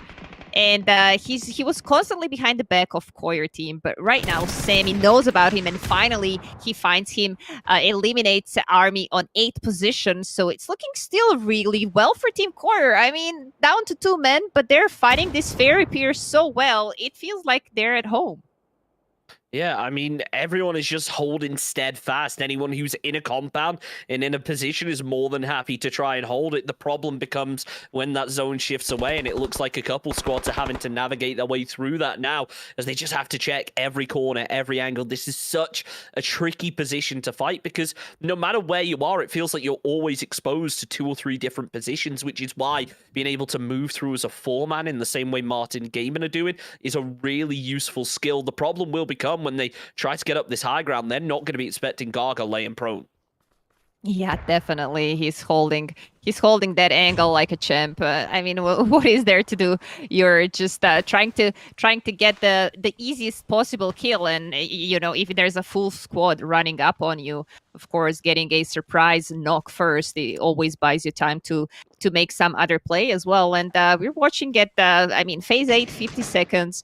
In 50 seconds, everybody's going to have to move towards the middle of the circle, which right now I think Team MG managed to find their way into the circle. There's still 4 men. I'm not sure. Do they have any kill yet? So it's rather passive play by them. But they made it to the end game as 4 men. So definitely looking really good for them right now as we speak. But before we talk about them, some more gifted here is they know there's 3.5 men in this farmhouse, and obviously Mitic here is on the rooftop. Interesting position for him. He's gonna be able to get some knocks off at the time that 3 men are gonna have to go out of the building. But everybody's still playing so passive, waiting for the perfect opportunity. I'm just wondering what is going to happen with him on the roof if Team MG or some other teams decide to maybe pick those ridges and then try to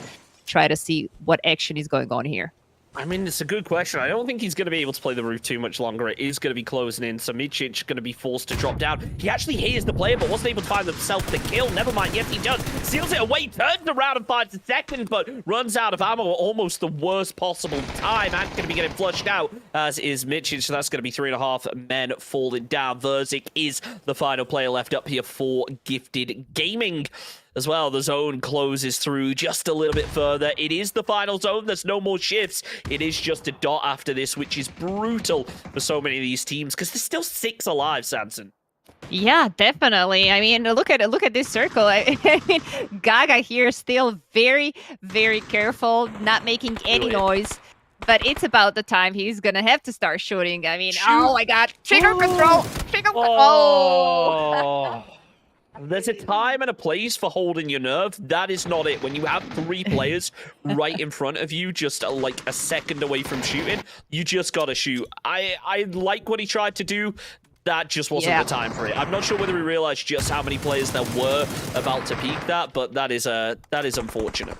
Yeah, very unfortunate for him. He probably just, choked at that moment because, I mean, he saw one, he saw another one, and then by the time the third guy was there, he was already just about dead. But here we're looking at Expel doing some nice work down to 2 men, but they are doing some damage right now. They managed to get yet one more knock and just pushing through, doing all they can. They have lower ground, and Martin Gaming is trying to hold them. Martin Gaming is down to 2 men now. I don't know what happened to them.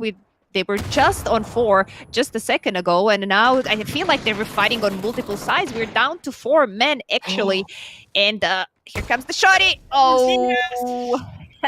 Oh, I love shotguns, especially in the end game. Look, team hit. They're into the end game twice in a row now. Is that solo player going to be able to clutch it out? It is Blazes.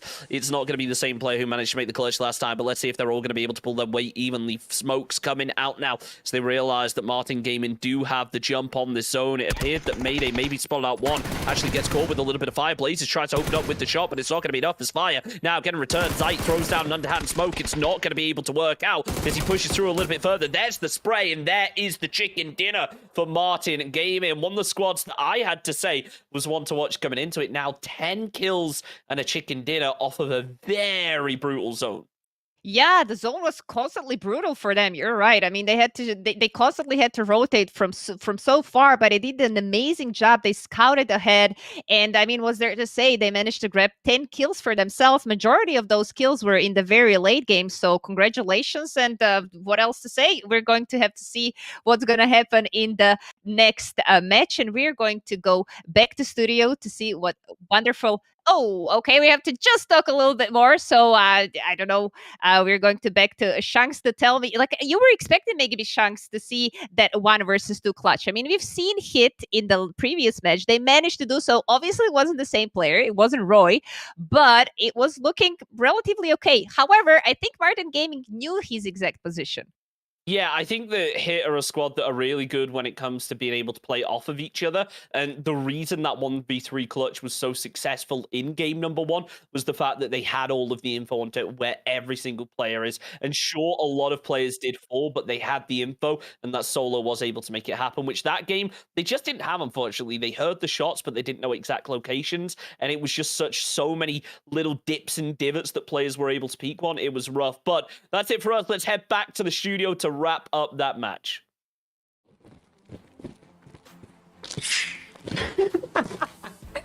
We saw those shotguns. Oh my god, I was like, here's a shotgun. I just made one. Welcome back to the studio, guys. Please, I hope you don't mind us playing around a little bit. That was pretty, well, I'm not sure if I would say fun or weird game. Because of the zone. Yeah, very pure zone. Oh my goodness. Hard shift. When I saw that circle, I think the first circle was in the middle, was the bridge to Sosnovka, and I was like, oh my god. What?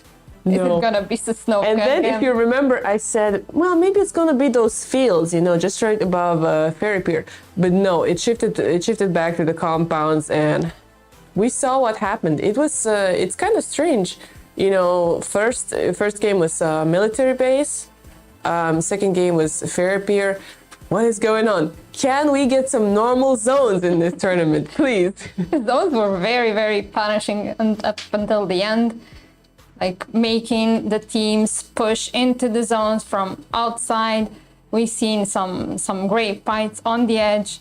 2.5 men were trying to get in, but that phase A was really, really hard for some teams to get in. Yeah, and I gotta say, I think Roy from Team Hit, that amazing clutch we saw 1v4, I believe it was against Team Spaulin. How he protected his team, that was really amazing to watch. That was a really nice action going on there, and I feel like these games are going to be even more action packed. We'll see how the teams are breathing, how they breathe on the Miramar. We still have game 3, which is Erangel, but before that, we gotta thank to our sponsor Pay Safeguard, who provided our amazing MVP prizes, but also not only to players, they're giving prizes to our viewers. And all you have to do is join the website, the Samsung Odyssey Masters.com, and you enter your pick'em there. And maybe you're gonna be one of the winners. Yeah, every day, since we have 10 tournament days, and every day there's a pick'em, and you can win. You can win a nice €50 voucher from Pay Safeguard, as you can see. And also, you can get a prepaid code at any store, grocery store, or petrol station, for example. It depends where you live and which country you live. And you basically use this 16-digit code to pay online. So you pay on any platform, and it's safe, it's easy, no bank account, no credit card, nothing is needed. There's also a Pay Safeguard account where you can make for free, and you can store your Pay Safeguard codes there, or either you have like full cost control there and you use it to buy stuff on different platforms. Yeah, so now, well, if I'm not sure, I haven't checked the winners. The winners come up on the Instagram stories on Good Game Global. But if somebody like got multiple codes, make an account, store all your codes in there, and you're ready to go. It's super easy and super nice. But yeah, game 3 is upon us, the last game today of Erangel. And after a little word from our sponsor and of course a short break, we'll be going back to Sanson and Chunks. So see you later. See you.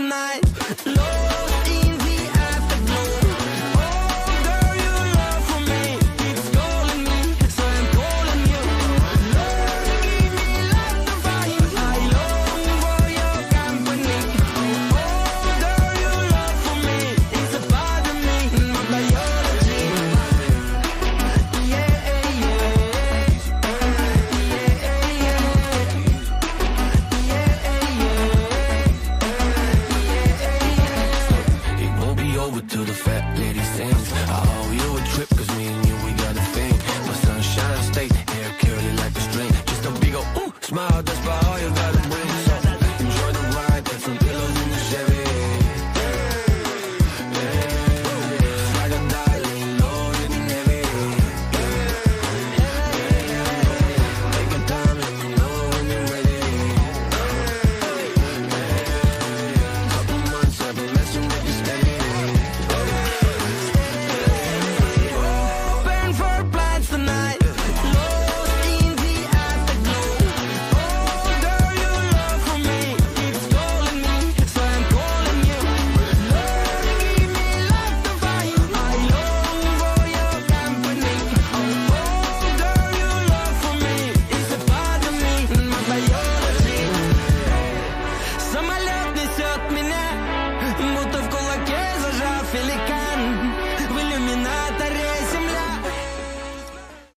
that's 2 games in a row that Team Hit have been able to make it into the top 2. Really impressive, but not able to clutch out that chicken dinner the second time around. One more Orangle to go now. Can they make it 3 for 3?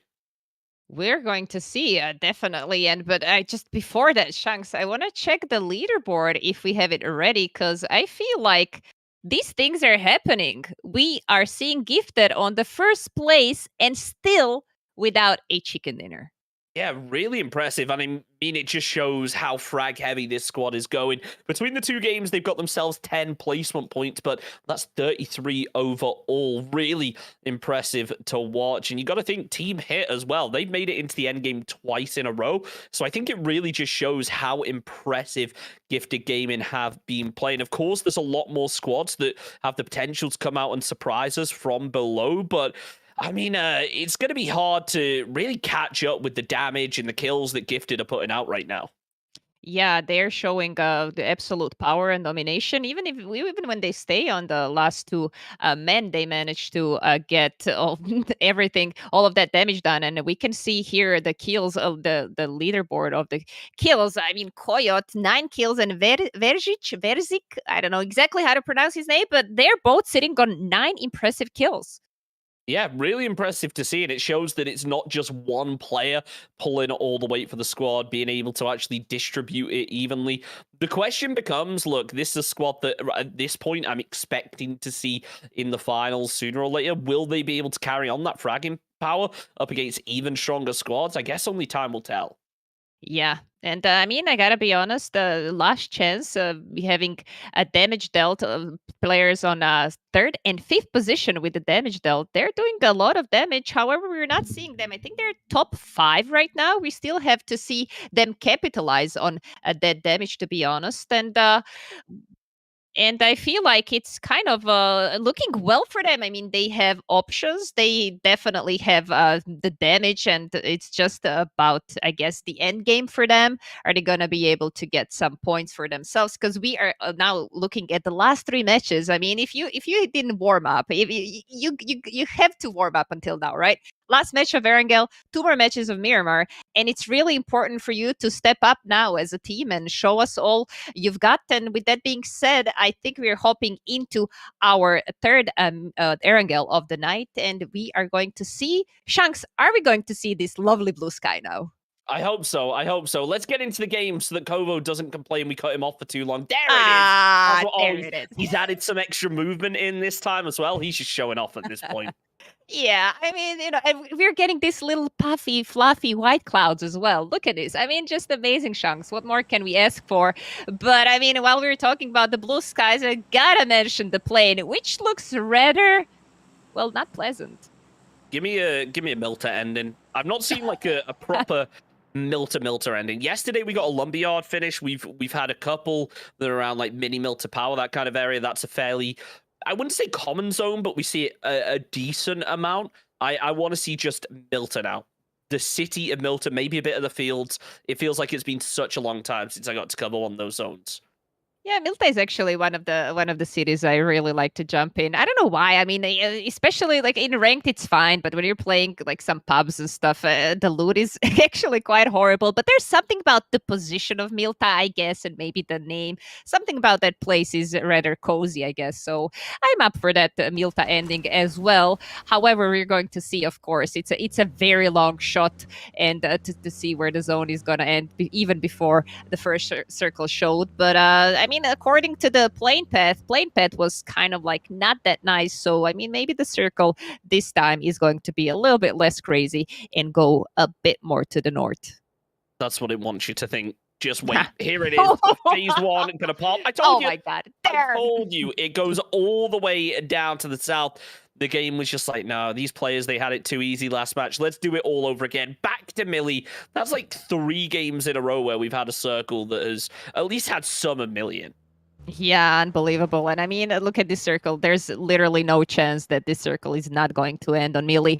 Like, I mean, even the bridges are out of the question as we're looking right now. So three teams are already looting military islands. So obviously, it's looking very good for them. Also, Spalin quite close to the left bridge, so it's going to be rather easy crossing for them unless one of the teams on melee island decides to hold rather easy. Looking pretty good for positive vibes as well. They are looting the yellow houses all the way on the south side of the mainland, and we're already seeing a team synergy. I think they set in the cars and are getting close to the Milta Bridge, or are just sitting in the vehicles. And I actually think they just acquired the vehicles, and they might be looting this very northern side of the circle as well. It's looking really easy right now for everybody. There is no hot drop in Pochinki at the moment. One team just decided to maybe find another place for themselves. And I mean, what's there to say about the team looting Kameshki? They are having one heck of a rotation. Yeah, I mean, I gotta give these teams credit to be disciplined enough to move away from the hot drop, and give Luki his credit as well to be able to find himself the knock on to Techi moving through early. Gotta love a cheeky bridge camp, and to be able to get yourself an opening point is impressive. But Expelled, they only have one player in this position. If I was them, I would maybe try and back off of this now, or at least consolidate as a team rather than just having one player anchor this bridge.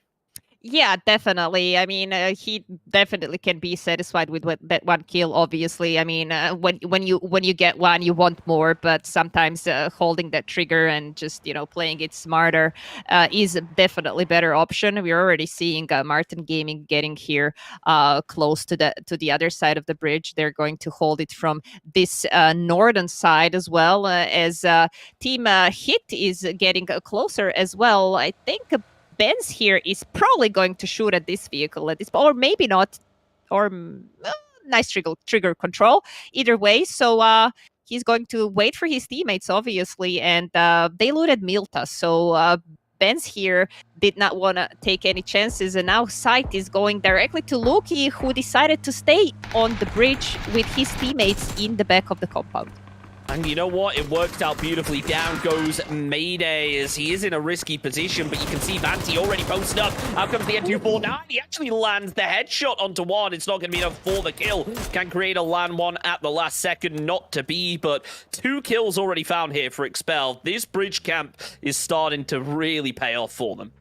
Yeah, Expelled is doing some nice work here right now, especially, I mean, I'm not seeing them in the top 8 teams as well, so they need to get those frags for themselves, and they need to get a good position. I mean, they were holding this bridge very early on, and obviously there's still so many teams that need to pass by, so more potential kills for them, and I feel like this position for them is still really good to stay at. They don't have to rush and go towards the middle of the circle. I mean, they can do a big difference here with all these teams. I mean, if they manage to catch like only one player per team rotating, that's already still a lot of points. There's, as I can see, at least 4 or 5 teams that need to cross and that are maybe going to opt for that right bridge. Yeah, I mean, it's not going to be just a case of 1 or 2, then you back off. I think if you go for the bridge camp, you go for all of those kills, and to Expel for feeling confident enough to actually play it. So we'll see whether it continues to pay off. Gifted now going to be the next team to fall into the trap. They see the bodies, though. Surely they see all of these damaged players. In comes Lucy, able to bait down one. Can he find a second? Almost. As Creator all the way up the hill, trying to pepper some shots through of his own. Vanti runs out of ammo in that Mini 14, so they go to pop the tires. They're actually going for a bit of a Mad Max strategy as Reps pulls up in the vehicle. Tried to go for a bit of a seat swap, but didn't work out this time around. Yeah, they actually managed to let a couple of players go, and now they have They have Coyote in the back of, like in between Creator and X player from Expelled. So he's having like one little small house for himself, but it's enough to make a difference to make them look the other way, potentially letting a lot of other vehicles crossing the bridges. As we can see, Coyote here is doing a lot of damage. He did manage to get one knock on the team Expelled, and I think they're gonna think twice. mean, they were very, very courageous here doing drive-bys and whatnot. But now with one man down, they're going to maybe have to rethink their strategy. They got a lot of kills on the bridge. I mean, Luki is making all the difference. But now with all these players falling down from him, I'm not sure, is he going to stay there for much longer? This feels like a bit of a grudge match thing here now for GG. They've lost a player on the rotate, and nobody likes getting bridge camped. It's a tilting way to die, so can you blame them for really trying to land even more shots, whether it's for the sake of actually winning the game or whether it's just to really settle a grudge as the player actually does get caught with the Molotov. Luki is still posted up here, cautious, knowing that he could very easily get caught from behind if he isn't playing aware. BPH do lose one as Team Hit now trying to catch them in a bit of a pinch. They have lost taxis, but I'm sure they are more than confident to continue this fight. Yeah, Team Hit is camping the northern side of the very same bridge, so it seems like it paid off. And Roy here has really nice position on top of the 3-stack, so he's going to be able to get those shots done unless Robak manages to lean left and right so fast. I mean, this little bug is quite. It's a feature. Yeah, it's a new feature. I mean, what do you mean? Like, the faster you move, the more precise you are, right? Exactly. It's just these players, you know, making the most out of a definitely intended mechanic, and it's working out for them. As I mean, it didn't work out too well for Kudi as he does go down. Robak and By Friday are still in it, but as the nades come through, you go just denied in no time. Yeah. I mean, Team Hit is here doing what they know the best. I mean, we've seen from the previous matches they have fragging capabilities, and I mean, it's still early. All 16 teams are alive, and we know they can get to endgame. So unless they stay fighting this fight for a bit too long. Because we have to remember, we have a team on another side of the bridge. Luki is still sitting on the top of the bridge there and on the fence waiting for the new rotations. He obviously hears this fight on another side. And while talking about Luki, I just can't believe that none of those teams that actually managed to pass through, none of those teams decided to stop on the west side in that forest and maybe scout where is that guy camping the bridge. Because I mean, Luki right now, he could be like an easy target sitting there on the fence, and as I speak about it, he already moved. I think it's a pretty smart play. They got a lot of kills from that bridge camp, so I think they can be rather satisfied with it. Oh yeah, you pick up that many points in the other game, you back off, you rat it out till the late game, because you know you've already done a lot of damage to a couple of teams, and you know, losing a player, it may not be the end of the world, but it definitely knocks your confidence, it feels like at times, for a couple of these squads. So it's going to be interesting to see how those squads that did lose players in such a really tilting way are able to reset and recover from this, and I just hope that it doesn't have too much of a knock-on effect for a lot of these squads.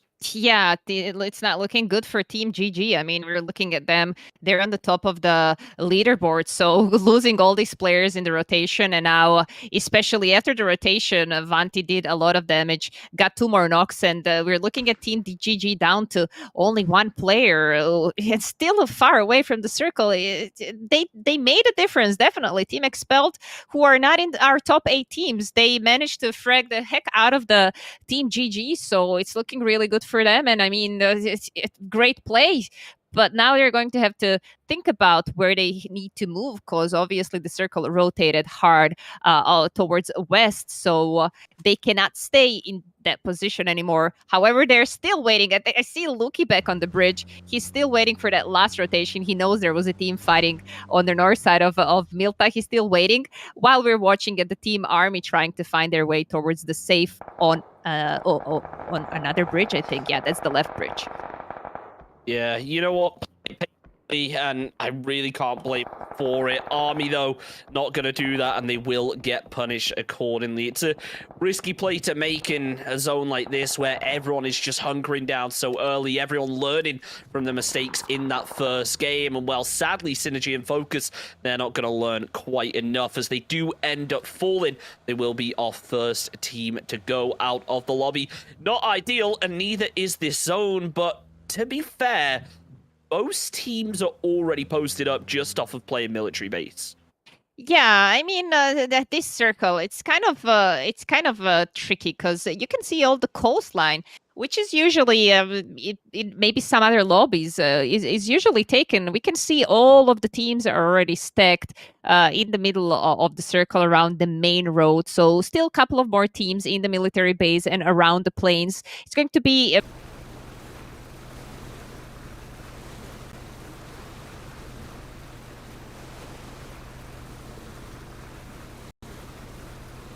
and enough bandages to heal off that team army as well. They're taking their time. I think they're gonna stop. Probably they're trying to figure out whether someone is camping this bridge. Obviously, they do not see what we see on the minimap. It looks rather clear. There's no one around them, but it's always better safe than sorry, especially when you lose one player. And I mean, you need those points, right? We're looking at the team which also is not in our top 8, and it's our third match of the evening, so they need those points if they want to continue further in this competition. I think everyone's just paranoid after all of those early game kills, the early game bridge camps. Everyone is just double, triple checking that the bridge is actually free before making a cross. And honestly, I can't blame them because Luki, as much as some of the other players are going to be like, oh, it was such a ratty strat, you should never have done that. He put in work. He did a lot of damage, and, you know, he's definitely going to have knocked a lot of people's confidence going forward. So I hope for the rest of the team's sake that it hasn't had too much of an effect. But still, you got to be nervous in a situation like this. Yeah, of course. I mean, especially like if you're Team GG at this point, right? You're sitting at the top of the leaderboard, respective 33 points, and then you're rotating early, a great tactical decision, and you have one guy making such a huge difference and wiping basically the whole squad. He wasn't alone, obviously, but it was enough that he managed to get some damage done, and his teammates finish off the other two. So I mean, we're looking at the team GG with only one player, 15 teams alive, 50 people alive, and he has to find his way in. We can see him on the minimap all the way in the blue there, Mike. I'm not really sure if he's gonna be able to even get to the zone without a vehicle. And here we're watching 3.5 men now shooting those shots towards Team Expelled, which got themselves 5 kills from that bridge camp. So I mean, we gotta say it's really not bad for them. No, and the question is now how they carry that over, because it's all well and good setting up a bridge camp, being able to get some kills, but does that give you the momentum going forward to get even more, or does it almost slow you down to a certain extent? Because sure, you're shooting, but you're hunkered down, you're not moving, you're not having to play too tactically other than making calls. It's going to be an interesting one to see what the knock-on effect is. I will say, though, this zone has just got so brutal. There are so many squads that are actually posted up inside Sosnovka base that now actually have to make a move down to the west. One of those is going to be Spao Lin as Crazy starts to play point. He does hear the shots from Army, but Lord is just laying down prone, ready for this player to peek. Yeah, Army right now is not looking too well because they're sandwiched from two sides. Spalin on the south side. On the north side, they have one more team. And I mean, even though they're doing all they can, it seems like just a matter of time before they get surrounded on all sides. And we can see already a couple of knocks on Army, and Smex here doing some really nice damage on them. On the other side, we had Kamilica getting some knocks as well on the team Army. And right now, it seems like there is a complete mayhem going on the top of this hill, while Spalin still has all 4 men alive. So it's looking rather good for them. If they continue with this push, I feel like they're gonna wipe both those teams. Oh, this is big. Look at the off angle as well from Specs right here. He's going to try and get down below. He doesn't spot out Milko because obviously he's laying prone. The pushes are just a little bit thick, but if he maybe just swings a little bit further to the side, he will get the angle. Right now, though, just so many teams going down in the kill feed. That's BPH and Positive Vibes both going to be out of it as Spalin try to move up, maybe even getting a little bit of utility off the body to try and launch over the top. Oh, this was a really nice frag from Milko, last man standing for Team Army. Obviously, I'm not sure, these players know all the player names in the lobby, so maybe they miscounted. There is one more man up from and Milko, which made a difference and got Spalin down to 2 players. So it looked really well for them, and now they're in a lot of trouble because they did not know where these frags came from. They just dropped down in the middle of the smoke. He's still prone there, and I mean, Yuki's trying to spot who made this difference, and I feel like he doesn't even know about Milko on his left side. Yeah, it doesn't seem like it. Sammy, though, will be able to find himself 1 kill. So he needs to be cautious. AFB start to move their way in as Army still coming in from the back. Koya, though, now taking an engagement of their own, realizing that players are coming in from this position, have just hunkered down in the building. Players also watching the crossfire. It's going to be Foreign in the end who's able to pick up that kill. As now 3.5 men send it into their dip, but you can see Team Hit down on the south. Roy Mercury is going to get involved, and a nice opening knock done with it as well. Yeah, Vanti here. Just last man standing for his team expelled, and we don't know what happened in the process to Luki, our bridge camper, but I mean, Vanti here is gonna have to find his place on this rock. For now, he's sitting in the middle of the zone. He's probably gonna chill there in prone while he's gonna count what are his options. Meanwhile, Team Hit is getting a lot of hits from multiple sides. Martin Gaming doing a lot of damage on them. They were fighting another team, 3.5 men, obviously. We are watching it at Seb getting away, and he might just get to the position or not. He's going to turn around a little bit. Okay, I thought he's going to get to Vanti's position for a second there, but I feel like he's going to his own death unless he stops at this building and just, you know, jumps in the toilet, gets in the bath, and just chills there for a while. Depends, doesn't it? The door has been opened. Frag grenade comes through. The damage almost connects, but not quite enough there for open field to get themselves the kill. 3.5 men. Well, they are just in trouble right now. Sabon chilling inside the bathroom, just about safe. But it looks like Oyo actually want to get involved and push over this road sooner or later.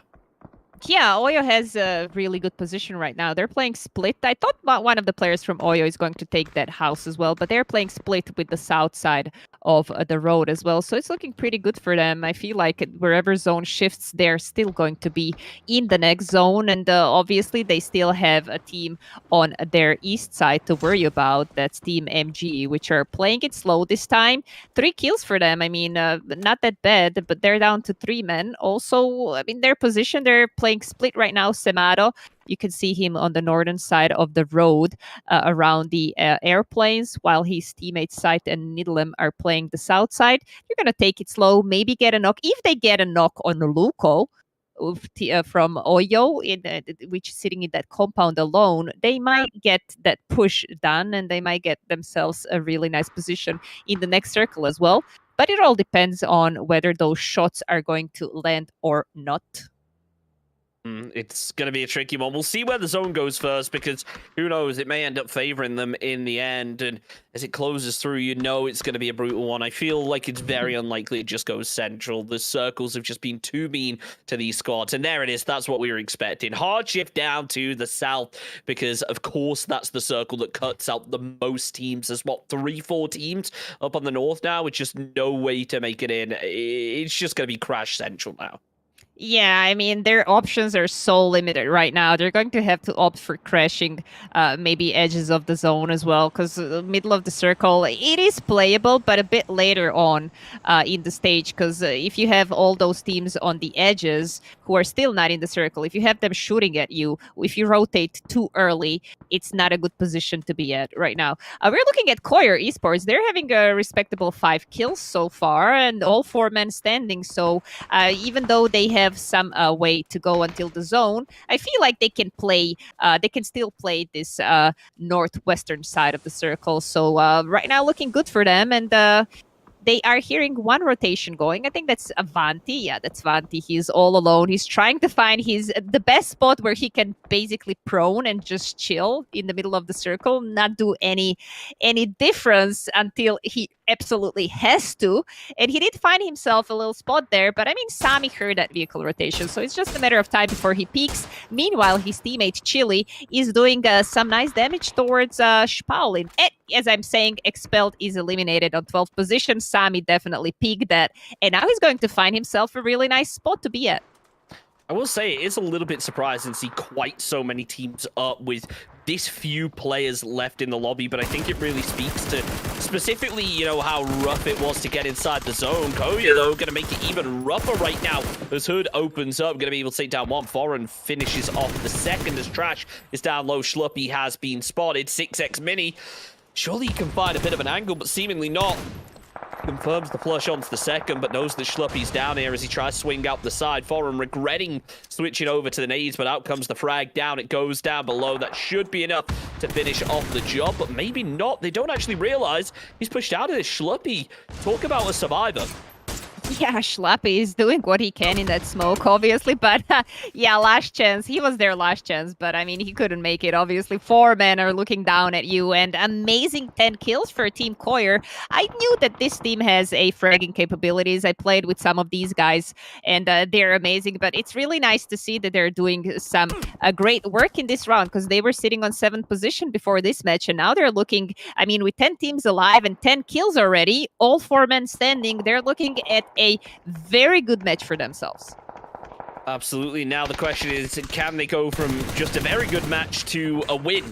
It's a hard conversion to make, especially from a position like this, where there is a pretty open area down below that these players are going to be forced to move soon enough. Chile tries to play point as Playground end up falling. What a spray there! Wow. Onto Delilah. Nicely dodged. Balin out of it in 9th, and well, I mean, he deserved that kill. Getting a spray like that was one hell of a way to finish off a team. We are into the top 8, which means placement points are now in effect. But do you know about the army player behind them? Oof, Milko there is very sneaky, of course. He has been alone for quite some time now, and there's not many options for him to do, so he's going to do all he can to be as sneaky as possible. And if he manages to find a couple of knocks in the back of Koyer team, we're looking at the potential disruption for them. I mean, they're doing really well in this lobby, and for now, they're still going to have some really nice areas to work with on the north side of the zone. But let's not forget about the teams on the south side. I mean, look at the team that's still sitting in the compound. They have decent position. Oof, really nice shots brought by side there through the bush, actually through the leaves. It's so hard to actually shoot through the trees, but you know what? Respect to them for being able to do it. Nicely done to flush that one out. I know I wouldn't have even been able to spot that player. Never mind find the kill. Martin starting to come alive towards the end now. A little bit more frag heavy than we expected, but well, this is exactly how frag heavy we'd expect Gifted to be. Maybe a bit more so though, as Make obviously as the solo can only get so aggressive, but that has destroyed Martin Gaming's anchor now, meaning that they are open and vulnerable to a push. Unfortunately though, the push isn't going to work out because Zeit is just there to shut down the entire squad. Nicely done to defend, and that leaves Martin Gaming still 2 players strong and Oyo with only 1 player left. Yeah, this is what I was saying earlier on. This is a decent position to play at, but if you rotate there too early, players like Micah here, which are in the back, which still have a long way to go to the zone, they can make problems for you from the back because you're not really expecting someone staying there. But right now, as I'm saying, Semada from MG found a Micah and eliminated Gifted on the 6th position. I mean, Micah managed to grab a couple of kills for his team, so they're still going to get a couple of points for themselves in this game. Not the best match for them, but at least it's not 0 points. We need money here on a very good position. They haven't been doing a lot, only 1 kill for themselves. But I mean, this is a relatively passive compound. If you don't have people who crash you, there's not much you can see out of this compound. So obviously they have been playing a safe match, but I feel like now is the time to start getting some frags, because it's not important to get only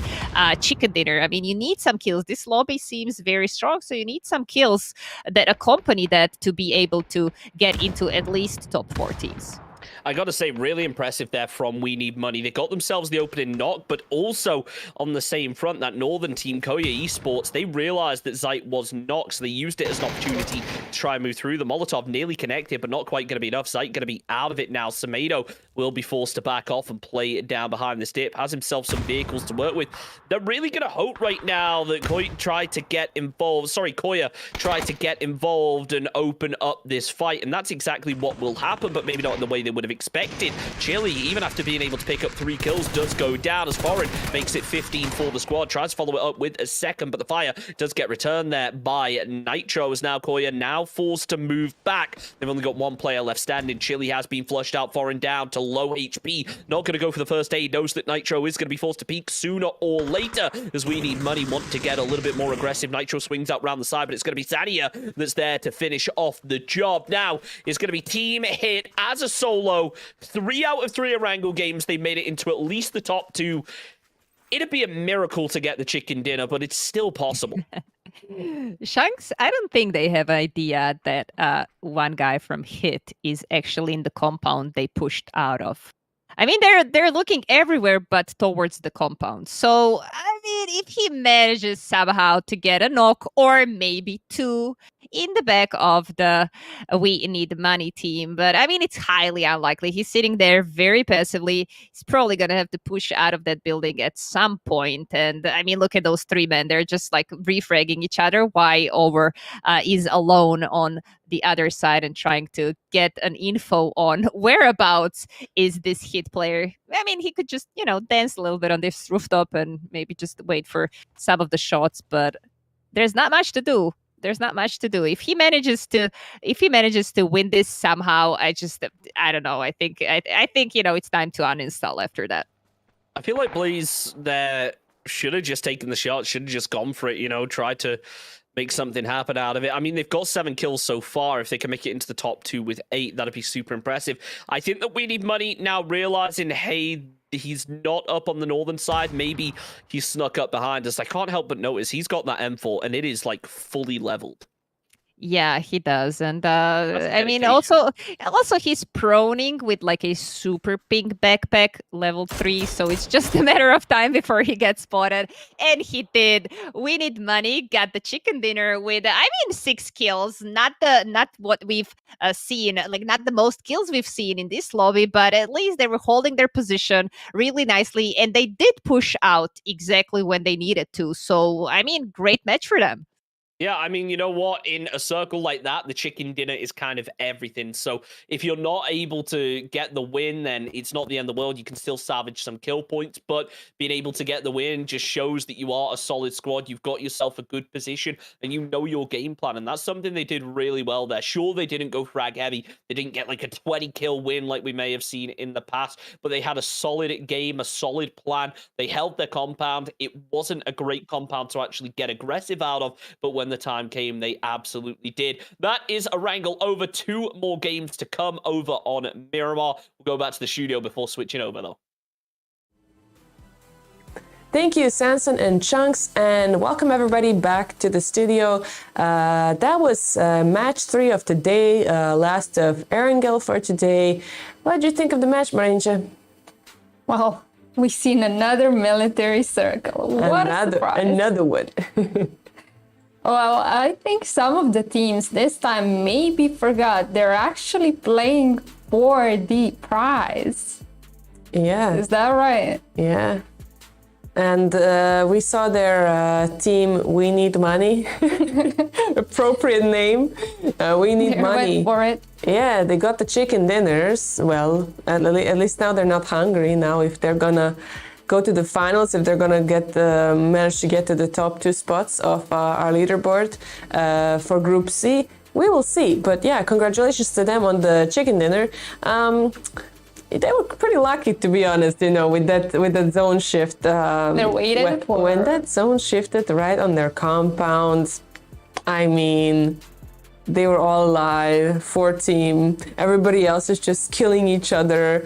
But I gotta say, we saw a nice performance yet again from Martin Gaming, from Gifted as well. Let's not forget about Koya Esports. Yes, Koya Esports really showed some skills this last match. So I'm applauding all of you guys for those really nice plays. And seriously, I'm gonna be honest, I can't wait to get to Miramar because I've had enough of this.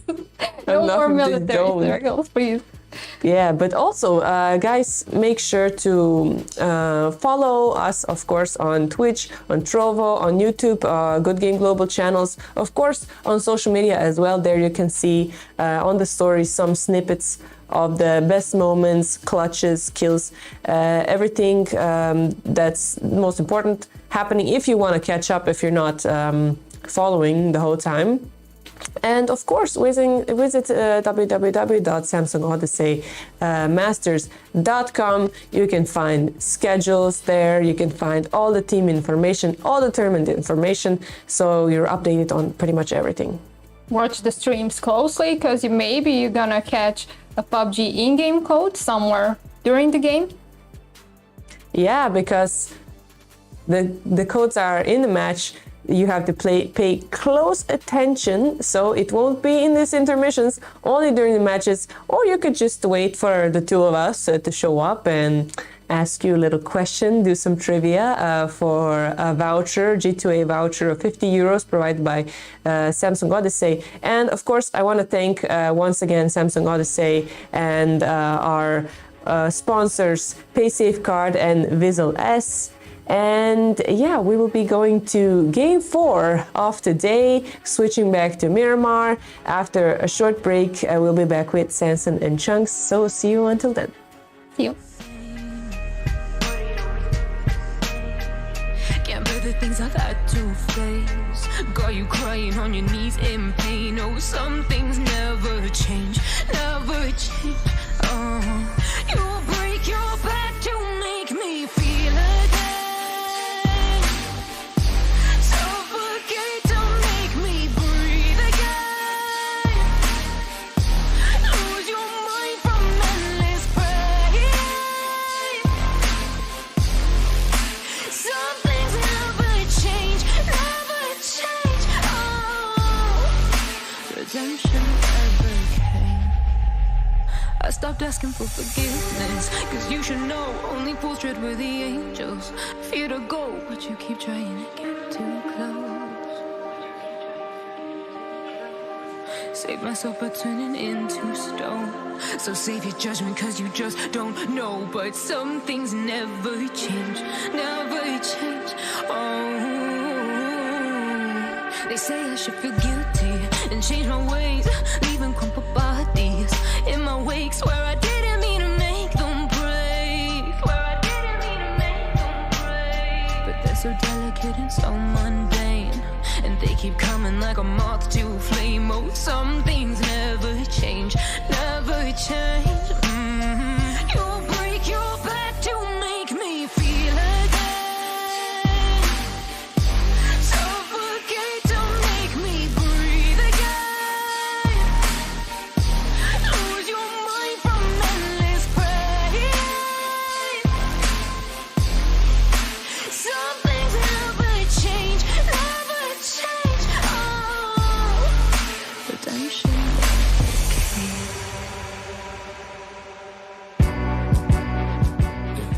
Well, it is time for Miramar. We've had our 3 Erangel games, still 2 matches left to go.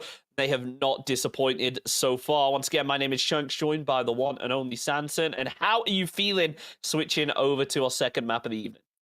Oh, I'm just waiting for those hardships for you, to be honest, Shanks. I mean, you get so excited for the craziest circle ever. I'm like, yes, Shanks is going on fire.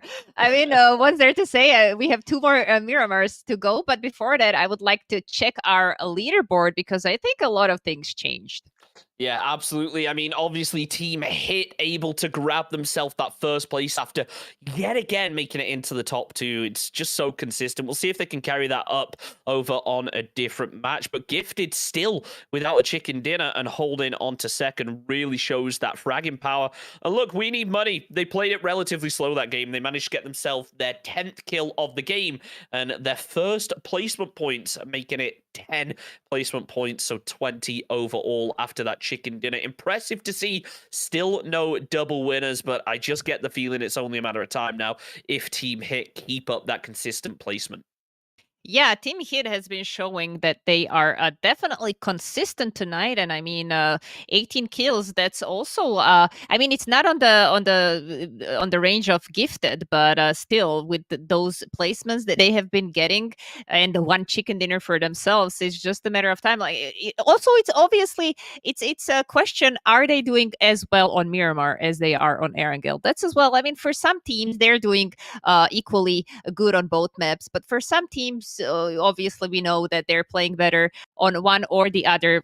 We just have some time to see now. Are they going to do as well? But I would, to be honest, I would like to see one team qualifying only on the fragging power, like without chicken dinner. It's looking pretty okay for gifted still, but we are going to see if that's going to be the case. I mean, look at the kills that we have seen. We have seen so much power coming from them. They're still sitting in the top 5, and I mean they have to, considering they still don't have chicken dinner.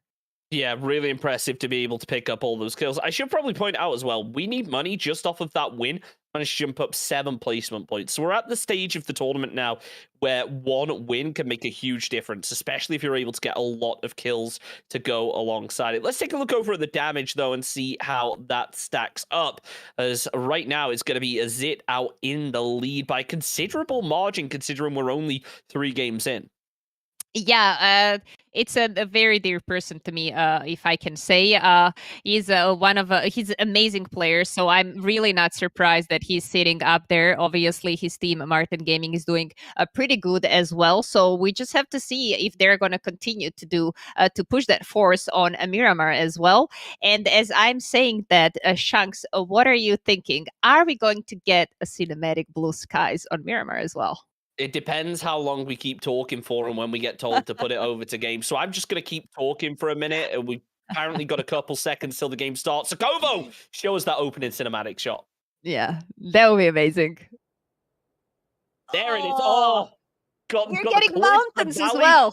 He's spoiling us, man. He's spoiling us. Oh, unbelievable. What an amazing transition. Thank you so much, Kovo, for this. As we are jumping in the plane right now, I feel like this might be the perfect plane. It's going directly, diagonally from let's say, La Cobreria and El Pozo towards Los Leones. I feel like majority of these teams are going to get to their destination. Maybe if some team is looting El Alzahar, they're going to have to maybe just stretch a little bit. But for now, it's looking relatively nice for all of these teams to reach their destinations. Yeah, it's boring. This better be an interesting circle right now. I better get like an Oasis ending or something. I need something right here. And you know what? We'll get a hot drop. That'll be enough to spice it up for me. And I am a little bit worried about BPH right now because they have Rabak all the way off on the west on his own. And well, if EXP have noticed this, they're definitely going to isolate it and can cause some serious problems. Yeah, they can either isolate it, or we can look at this way. Expelled is being, let's say, a little bit sandwiched as well. So it's all about who's going to get that first knock. Obviously, I feel like they're gonna be able to put a lot of pressure on from the early game. Obviously, I mean, La Cobreria is also a place where you can not fight if you don't have to, but they literally all jumped in the same row of the buildings. And you were asking for a crazy circle. Hello, I think you're going to be satisfied with that. It could happen. I'm not going to say what it is. Don't say it, because if we say it, it'll jinx it. But it could happen. It's in.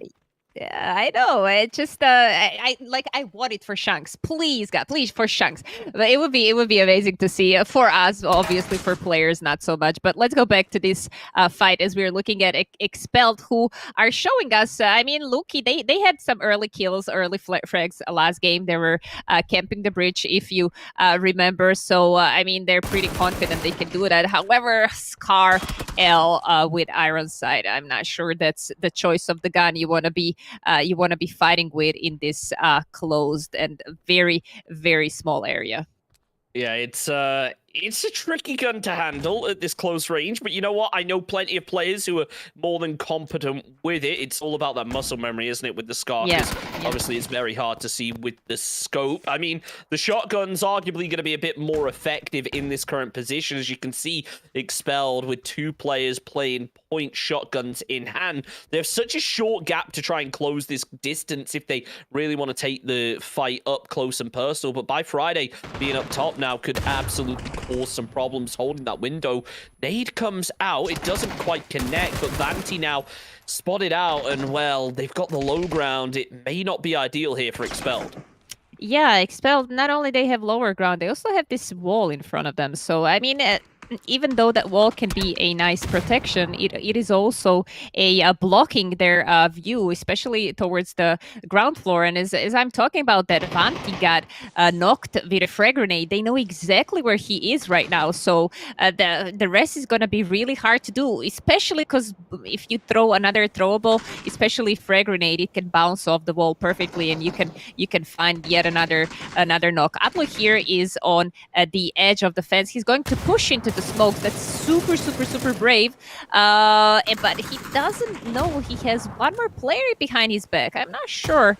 Is he aware of one more player there, while his teammate also is trying to do some difference with a shorty? And yes, one of their teammates got flushed right off, and they were not expecting that person behind the back. But while I'm talking about it, Expelled got eliminated on the 16th position. I mean, you gotta be honest, if you have to lose someone, it's better that you lose only one player than more than that. So Yeah, I mean, ideally you don't want to lose any players. You don't want to Yeah. be taking hot drops, but some squads they just want to take them, and credit to them for the confidence. Trash though will end up taking down Kamilka from HB. So Harby now in a bit of a tricky position.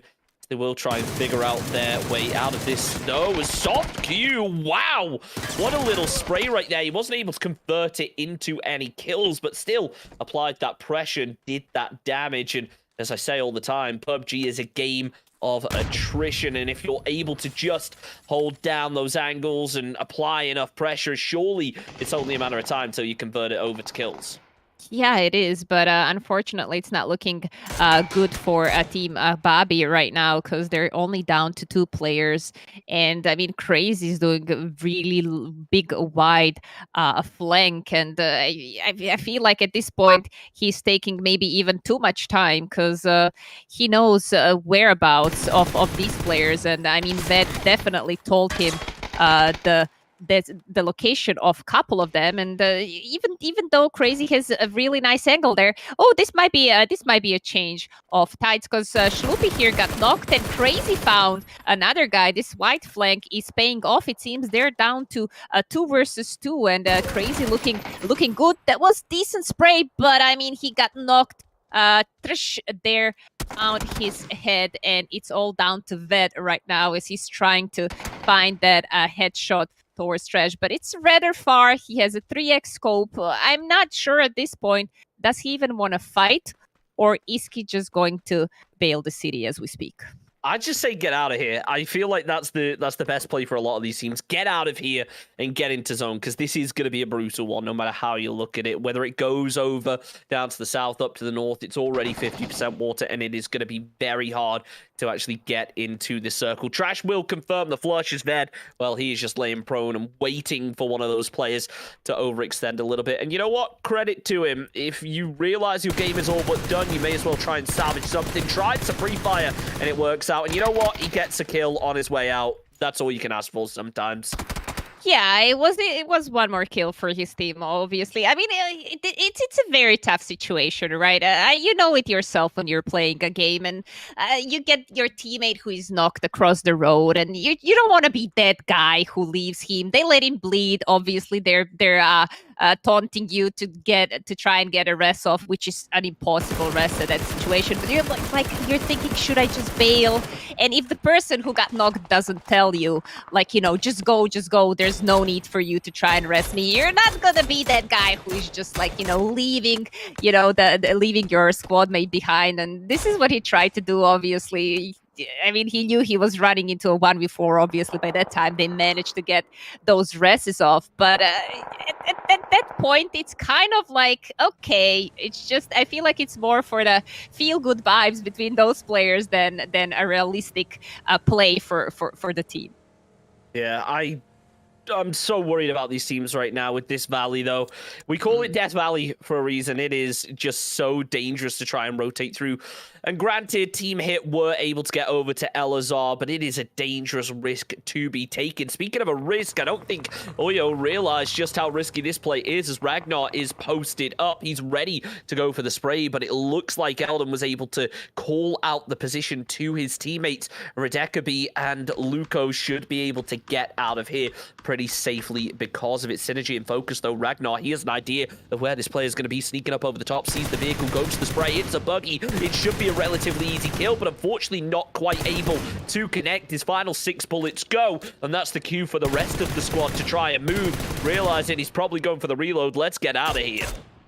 Yeah, Synergy was trying to get these knocks down in the rotation. I mean, these are really nice shots with Midi 14. Maybe if he had Midi 14 sooner here, maybe he would get those knocks down. Now, kidding a little bit. It was a tough rotation. I mean, Buggy, relatively easy to get the knocks off if the player is going straight towards you. But like once the vehicle shifts and you're shooting at the back of it, unless you're shooting in the tires, you're not gonna get those shots down because the seat obviously is covering all of the body. So yeah, about that. They tried to get some of the kills in the rotations from the south side of the circle, but I feel like all of the teams are now already in, and it's not gonna be. I don't see anyone fighting yet this early. However, if the circle goes, I'm gonna call it a Shank circle. If the Shank circle happens, we're going to look at absolute mayhem. Yeah, it's just a matter of time, I believe. I mean, the circles the past few days have just been insanely brutal, so I wouldn't put it past PUBG to give us another one of those. As Phase 1 continues to close in, we got about 25 seconds till that Phase 2 goes. SAF, though, down on the south, that's a bit of a risky push to be making. They are in a very precarious position if this ends up being a crash, whether intentionally or not. Yeah, I'm wondering. I mean, they have some limited options with the rotations, obviously. They did not want to take Puerto Paraíso a rotation, even though I feel like technically they could have, but I guess they are not sure whether someone is camping towards that side or not. And regarding the circle shift, this is a relatively, I would say, weird one as well, since we have like 30% of the circle still in the water. However, it is not going to be a island ending.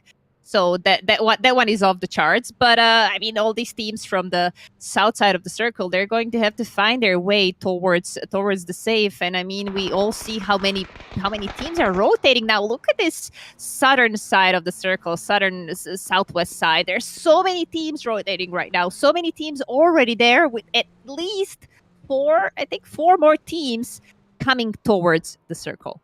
Yeah, and the fact of just how awkward this circle is with the amount of water is going to crush a lot of these teams together early. Gaga able to get the flush onto one, but he has been pressured by the rest of the team. So leader up above actually going to be smoking for cover here. An interesting strategy, and I'm not sure what BPH are really going to think about it. I seldom see players from up above smoking this far to try and get the player out of cover, but it seems like he might be in a bit of trouble, potentially stuck, as he gets into the vehicle, does manage to move away. The smokes being the saving grace there. Yeah, obviously it paid off. I mean, you don't want to use those smokes for nothing, right? But I mean, this rotation was kind of like tough to get out of. He had to sit in the vehicle and get through the open area, and obviously, I guess you rather use those smokes now and save one player, and you're gonna think about what you have to work with later on, because it's always way better to get into the later game with one squad mate more alive than two more smokes in your backpack. So this paid off really well for them. Spauen here sitting northern of Impala. They're trying to get some rotations, and I think they managed to catch one guy from the 3.5 men. So that's looking good for them, even though the Lala got knocked now and flashed, as I'm saying. So I think they're down to 3 versus 3 down there on the northern side of Impala, and it's a fight. I'm not sure if they're going to take the rest of the fight. Do they really have to, or is it more like a catching the rotation kind of a fight at this moment? I I mean, it's a tough one, isn't it? I will say, though, 3.5 men have caught one hell of a rotation as they managed to take down Yuki. They confirm the flush as well. They are actually down to just 3 men right now as their 4th is out of it. So it will put them in a bit of a split position. It looks like Smexara are going to try and move back a little, group up with his teammate and rethink the rotate potentially, as they've only got 45 seconds to do it, and phase 4 is nearly consolidated. So these players have to start making their mind up. Fakar goes down, as I mean, there's just so many scrappy rotation fights here. It's hard to keep track of, but the question really becomes, a team's going to be forced to clash, or is it just going to be one of those things where you lose 1 or 2 on rotation and just have to deal with it from there? Yeah, we're looking at Team Oyo. They're rather split at the moment. I feel like he had to hear team behind his back. Oh no, I apologize. They are not in the vehicles at the moment, so maybe they will get spotted. They did get spotted right now by Radek here, and I'm not sure they know there is one more player closer to them, so they're gonna have to either make an ambush here, which is quite possible right now for Team Oyo. I'm not seeing them in the top 8, so they need those kills definitely, and they need to try to make an ambush. And I mean, obviously, I don't think the team that is pushing them, I think it's Positive Vibes. Positive Vibes did not spot them as I can see. So this could be a really nice, easy 4 points for them. Well, they've managed to get themselves a relatively easy opening point, but look at Chrysler's position over to the side. I'm not sure whether Eladon's actually going to be expecting it. Now he will, as the damage lands. It looks like he was able to spot out that player. Radkabel also coming up over the top. Can't quite find anything, as phase 3 is yet to move. These players are going to have to start shifting quick, so it's a question of how valuable are these 3 extra points for you, and how much do you really want to just get out of here? It seems like Sandman, well, he wants to commit to it, and he finds an opening, not because of it. No real chance of a revive from this point, but it looks like open field is ours. Maybe thinking that this squad are a lot closer together than they actually were.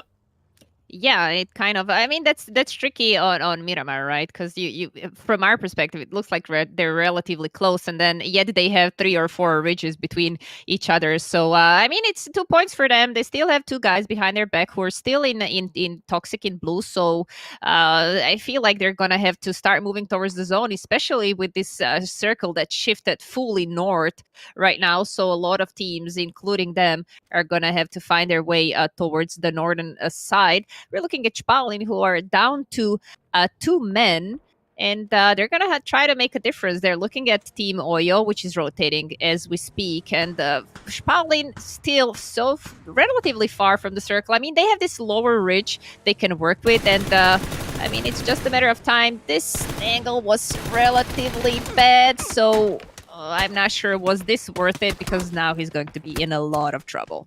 He landed the headshot, it just wasn't able to convert, though, as Smexara does go down. Crazy tries to get over for the res, but it's just not too promising, is it? Obviously, that squad could decide to pull up, but that's not going to be the case. Instead, they keep going! Never mind, Luco knocked out the vehicle by mistake. Nicely done. 3.5 men, more than happy to sponge up those free rotation points. Yeah, this was really nice for them. And 3.5 men, they're sitting on a decent position right now. They have a really nice overview of the southern side of the circle. Across the road, they have also a really nice position for Koyer Esports, which had amazing last game. And we're watching at them sitting on a fourth position with 31 points. So obviously they want to capitalize of this good position for themselves. As we're looking at the team GG, which is sitting on the south side of the circle, they're smoking their way around the compound, because one of their teammates got knocked, and I'm not quite sure exactly who was shooting at them, but they seem to be in a little bit of a trouble. Yeah, I think that's going to be the theme for a lot of players right now, as they're forced to play these dips. A lot of just 1-2-man squads left up. We Need Money will finish off Martin Gaming, as actually Hood is there to return the fire. Nicely done with the bolt headshot. Harovich goes down. GG, well, they might decide to get involved onto this if they hear the shots, they see the kill feed, and it looks like that's going to be the case. Mike playing point, knows there's someone around, and well, he's got that MK14 in hand, which we all know just how deadly that thing can be when used correctly. Yeah, if you're team Koyer Esports right now, you don't want to get team Gifted. They knocked one of the guys before, so they obviously know it's Gifted, the team behind them. They don't want to get them closer into the zone because they're sitting on Gifted is sitting on a second position, and they want to wipe them as soon as possible. As I'm saying that, Sami is having a really nice trigger control, as Mike is fighting a team positive vibes. So I mean, Gifted is not in a good position right now because they have to fight two teams. They did wipe one, but Sami from Koyer Esports is doing a lot of damage to them as well. So yeah, he's still alone there. I don't see his teammates joining him yet because they have to worry about other sides as well.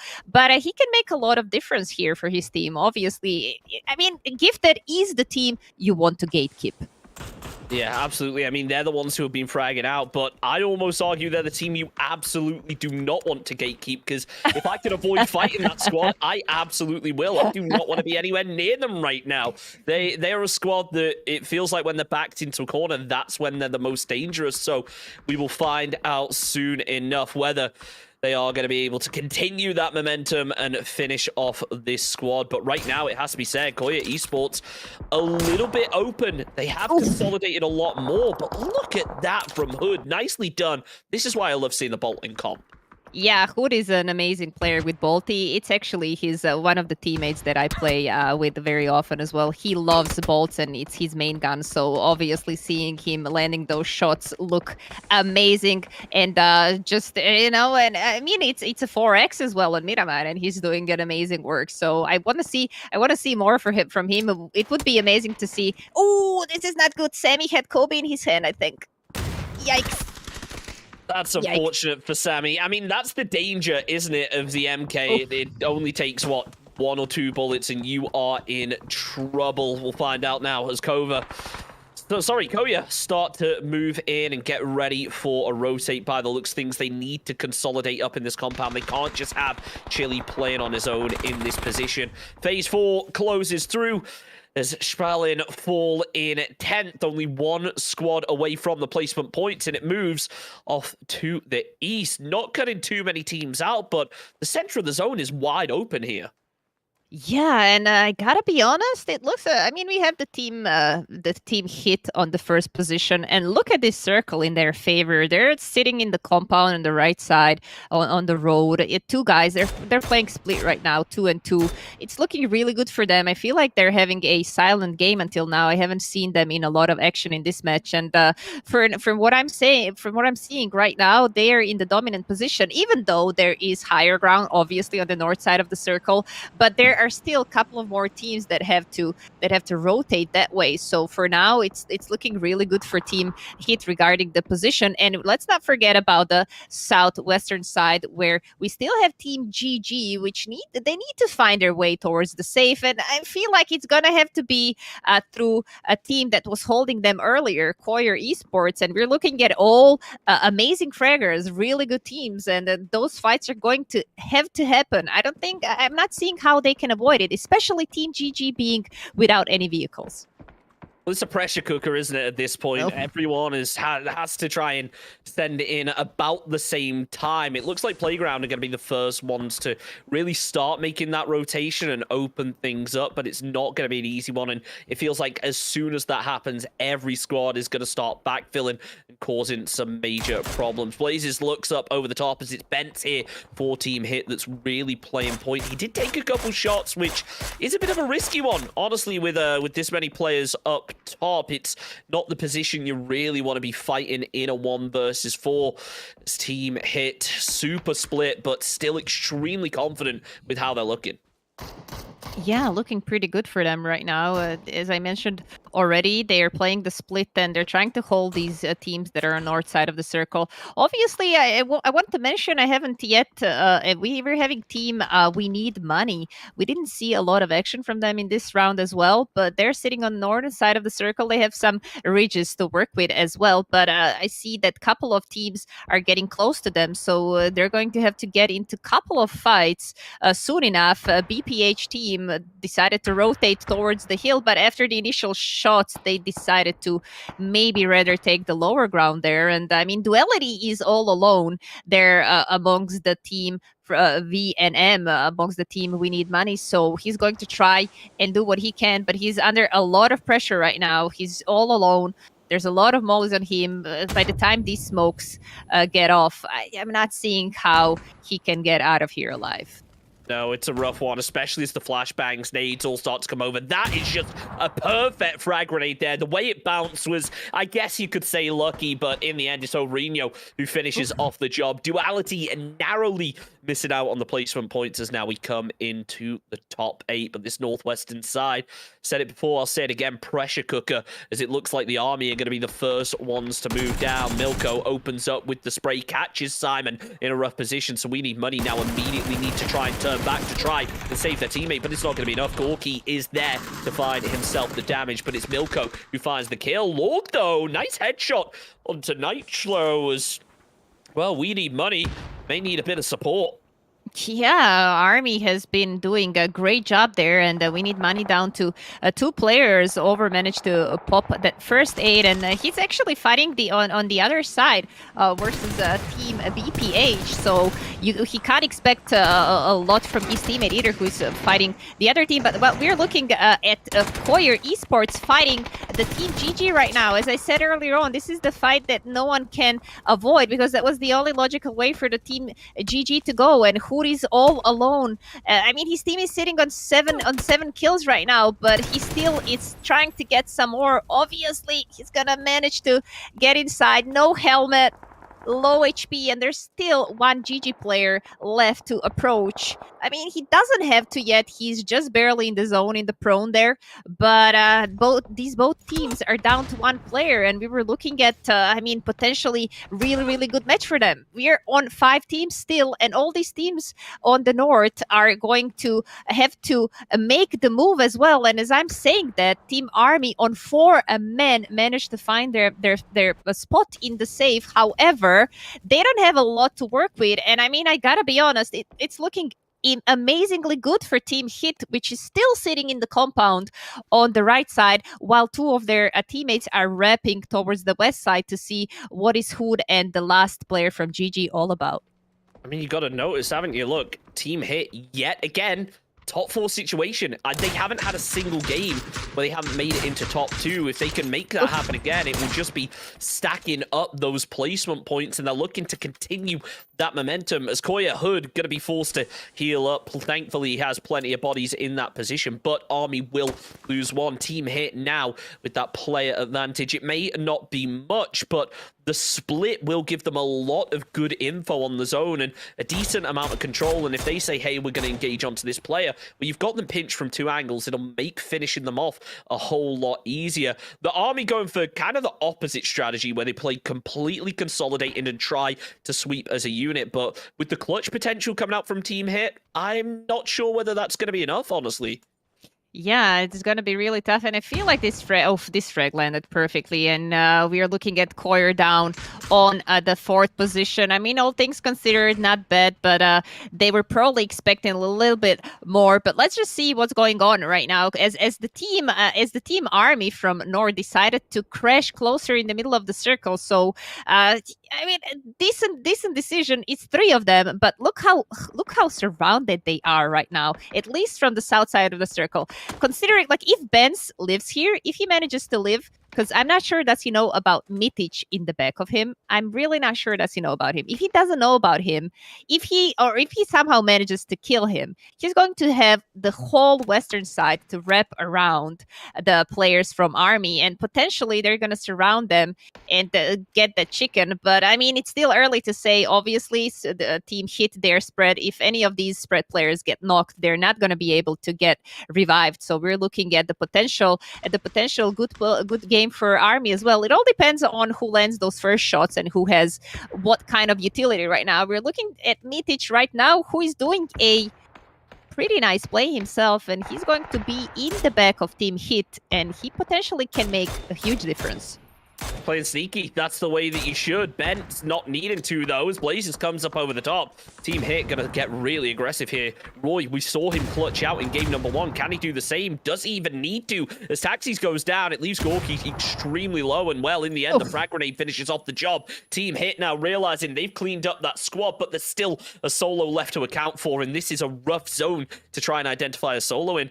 Mitic could just decide, hey, let's go and deny the points here, go down to zone instead. But honestly, with the way that GG have been playing, Gifted Gaming have just been consistently fragging out, why not try and salvage a couple more kill points out of it? Why not go for just that one extra point? Because every kill is just another step up that leaderboard that you take in. And, well, GG, they haven't really done too well in terms of placement tonight, but if they can keep fragging, they're going to keep leading.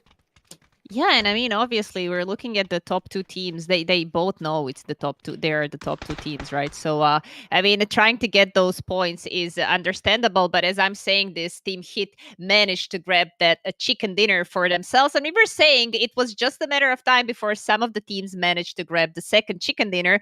And it did happen for Team Hit.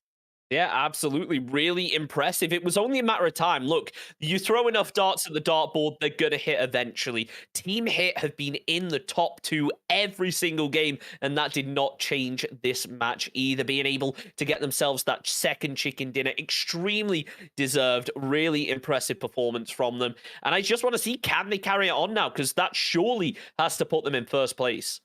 Yeah, definitely. I feel like it's going to be the first place for them. I didn't see how many, it wasn't too many kills in this round for them. 7. It was 7, so that's a respectable 17 points for them. I mean, they're going to be sitting on the top of the leaderboard for sure. But I mean, there's still a couple of teams that were relatively close point-wise. So if we're looking at a team that can have like potentially really great last game, maybe they're not going to be, maybe they're not going to hold off the first position. But if they continue with this consistency, I just feel like they're looking. It's very bright for them to see them in the finals. But before we get into the last match, let's just go back to the studio and see what ladies have prepared for us. Welcome back to the studio, everybody. Thank you, Sanson and Chunks, for your input. Now, that was match number 4 of today, first one on Miramar. There's still one ahead of us, one Miramar. That's the 5th game, and that would conclude day number 1 of Qualifications Group C. What did you think about the match, Marinja? Oh, we've seen another SHIT winner. Yes, that's their second chicken dinner. Seems like they're on a roll. Yeah, it seems like they're on a roll. They had a pretty good game here. They played pretty silently, if I may say so. Yeah, they just laid low and they just came in the end, got some kills, got that chicken dinner. It worked out for them. Yeah, while Team Koyer and Gifted were actually having sort of like a, how do I say, like a rival fight, you know? Fight? Yeah, we were all anticipating their clash, and we saw Hood doing a pretty good job there. We saw some amazing plays there, also from Sammy Toxic from Koyer. Really nice, nicely skilled players. But yeah, ended up being Team Hit, should we say it like that, as our casters have been saying, so you guys can connect about who we're talking about. But yeah, sadly, I think we didn't see all the other teams, some of them doing that good. There were some solo players, you know, that were left alone, trying to get some points. But you know what else there is? There are Samsung Odyssey giveaways. And for every stream, Samsung Odyssey has provided us with some giveaways for you. All you have to do is answer the question in the live chat, and the first one to do so correctly will win a €50 G2A voucher. So listen carefully. I think Amy has another question for us. That's right. It's my turn now. Okay, so I think this is a really nice question. I think this is a solid question. So everybody get your fingers ready. Fastest finger first, as always. All right. What is the name of the last map added to PUBG? Good luck, everybody. I think it's going to be like an instant one. Like whoever already won, I think somebody already answered. Congratulations. Here is your 50 euro G3A voucher provided by Samsung Odyssey. And of course, moderators will let you know in the chat if you won. And we're going to go for a short break and then off to game number 5, which is the last game for today. Another Miramar, and back to Sanson and Chunks after a break. See you. See you.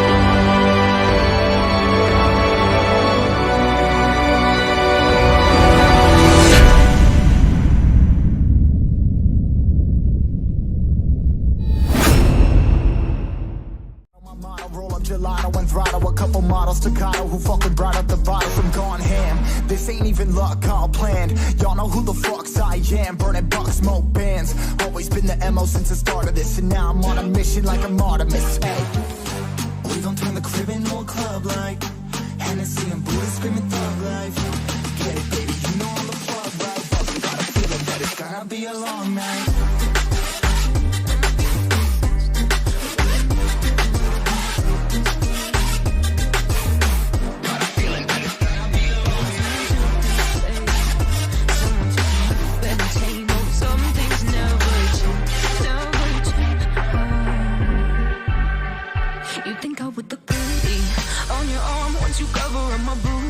And battle scars, but it always ends the same. Can't bear the things I've had to face. Got you crying on your knees in pain. Oh, some things never change, never change. Oh, you break your back to make me feel again. Suffocate to make me breathe again. Lose your mind from endless pain. Some things never change, never change. Oh, redemption never came. I stopped asking for forgiveness, cause you should know only fools tread with the angels. Fear to go, but you keep trying to get too close. Save myself by turning into stone. So save your judgment cause you just don't know. But some things never change, never change. Oh, they say I should feel guilty and change my ways. 4 games down, still 1 more to go, and it's going to be wrapping things up on Miramar. Don't forget, though, still 5 more games tomorrow. Approaching the halfway point, and well, I think it's fair to say we're starting to notice a few of the top teams in this lobby. Yeah, definitely. It's looking really well for Team Hit, who grabbed themselves in the first day 2 chickens already. So they still have 6 matches to go, and we're going to see if they're going to grab some more. And with that being said, we can check our leaderboards right now and see how are we standing. Yep, after that one, Team Hit taking a pretty considerable lead. Sure, they didn't get the biggest kill game, I think it's fair to say, but being able to get the win definitely guaranteed those 10 extra points. Really impressive to see, and holding on to that first place. Now, the question becomes, seems like Koya, like Gifted, how much of an effect will just that chicken dinner, if they pull it off, actually have on them? Will they be able to solidify themselves in first place? Yeah, definitely. I mean, we're still looking at, they're doing really well. They're doing really well. We can see on the kill count that they have been doing a lot of damage and a lot of grabbing a lot of points in their pockets just by kills. Obviously decent positions for themselves, but they didn't manage to grab chicken dinner yet. We are looking at the last match tonight, but as you said, let's not forget about tomorrow as well, when we are going to play 3 matches on Miramar and 2 on Erangel. So we are looking at the potential. I mean, even if they team theoretically, even if they manage to grab maybe only 1 chicken dinner or none of the chicken dinners, with these many points and constant supposedly, let's say, good gameplay by them. I mean, 49 points without chicken dinner is a lot. Is a lot for 4 matches only. Yeah, really impressive as well, considering that they've got so many kills, 31 apiece for Gifted and for Koya. Let's take a look over at the kill stats and see how things are currently looking, because I'm sure that those players from those teams are going to be up there. And yeah, it's kind of how you expected. Sammy really putting in work for his team right now. Yeah, Sammy on 16 kills, Sight for his team, Martin Gaming on 13 kills, Coyote and Verzic both on 10 kills. And I mean, damage done must be impressive by all these guys as well. And I mean, what is there to say? They're putting out all the work. They want to get into the finals tonight. I mean, obviously, if they don't get into the top 2 positions, they are going to be able to play in relegation phase as well. However, I mean, everybody wants to skip that part, right? You want to be in the top 2 teams. Yeah, absolutely. You do. Look, it's our final game of the evening. It marks the halfway point of Group C. Let's get into our last match of the evening over on Miramar. Let's get into it.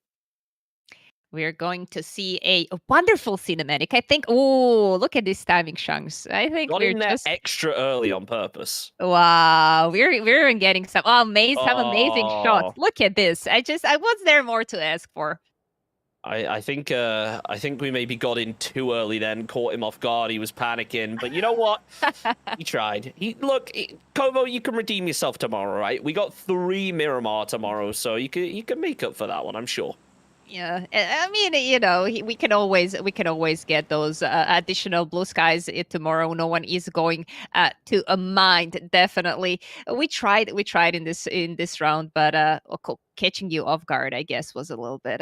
I mean, I know, guys, you're kind of like laughing right now, but we like to joke a little bit. Colo is doing amazing job for us, guys. It's actually quite amazing to catch all of those plays all by yourself. And I mean, usually on big tournaments like this, you have like multiple observers, so big props to him. This plane, Shanks, what do we think of it?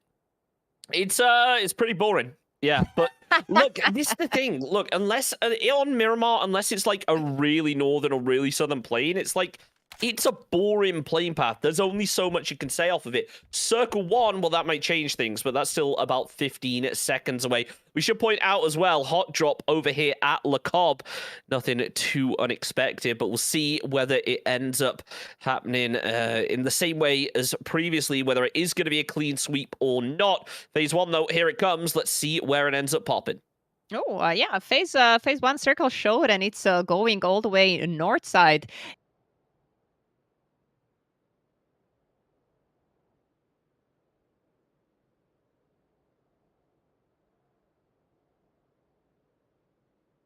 Teams are going to have to choose whether they want to play the north side of the circle or the south side. Obviously, if you choose the north side of the circle, there are not many teams as of right now. But and look at all those teams they're gonna have to rotate all the way from the south. So we're potentially looking at way more people coming from the south, which is understandable. But before that, I want to talk about 2 hot drops. They happened the last game in the same exact positions, same teams, and they're happening again. We are having La Cobreria, BPH versus Expelled, but they're taking it a little bit slower this time.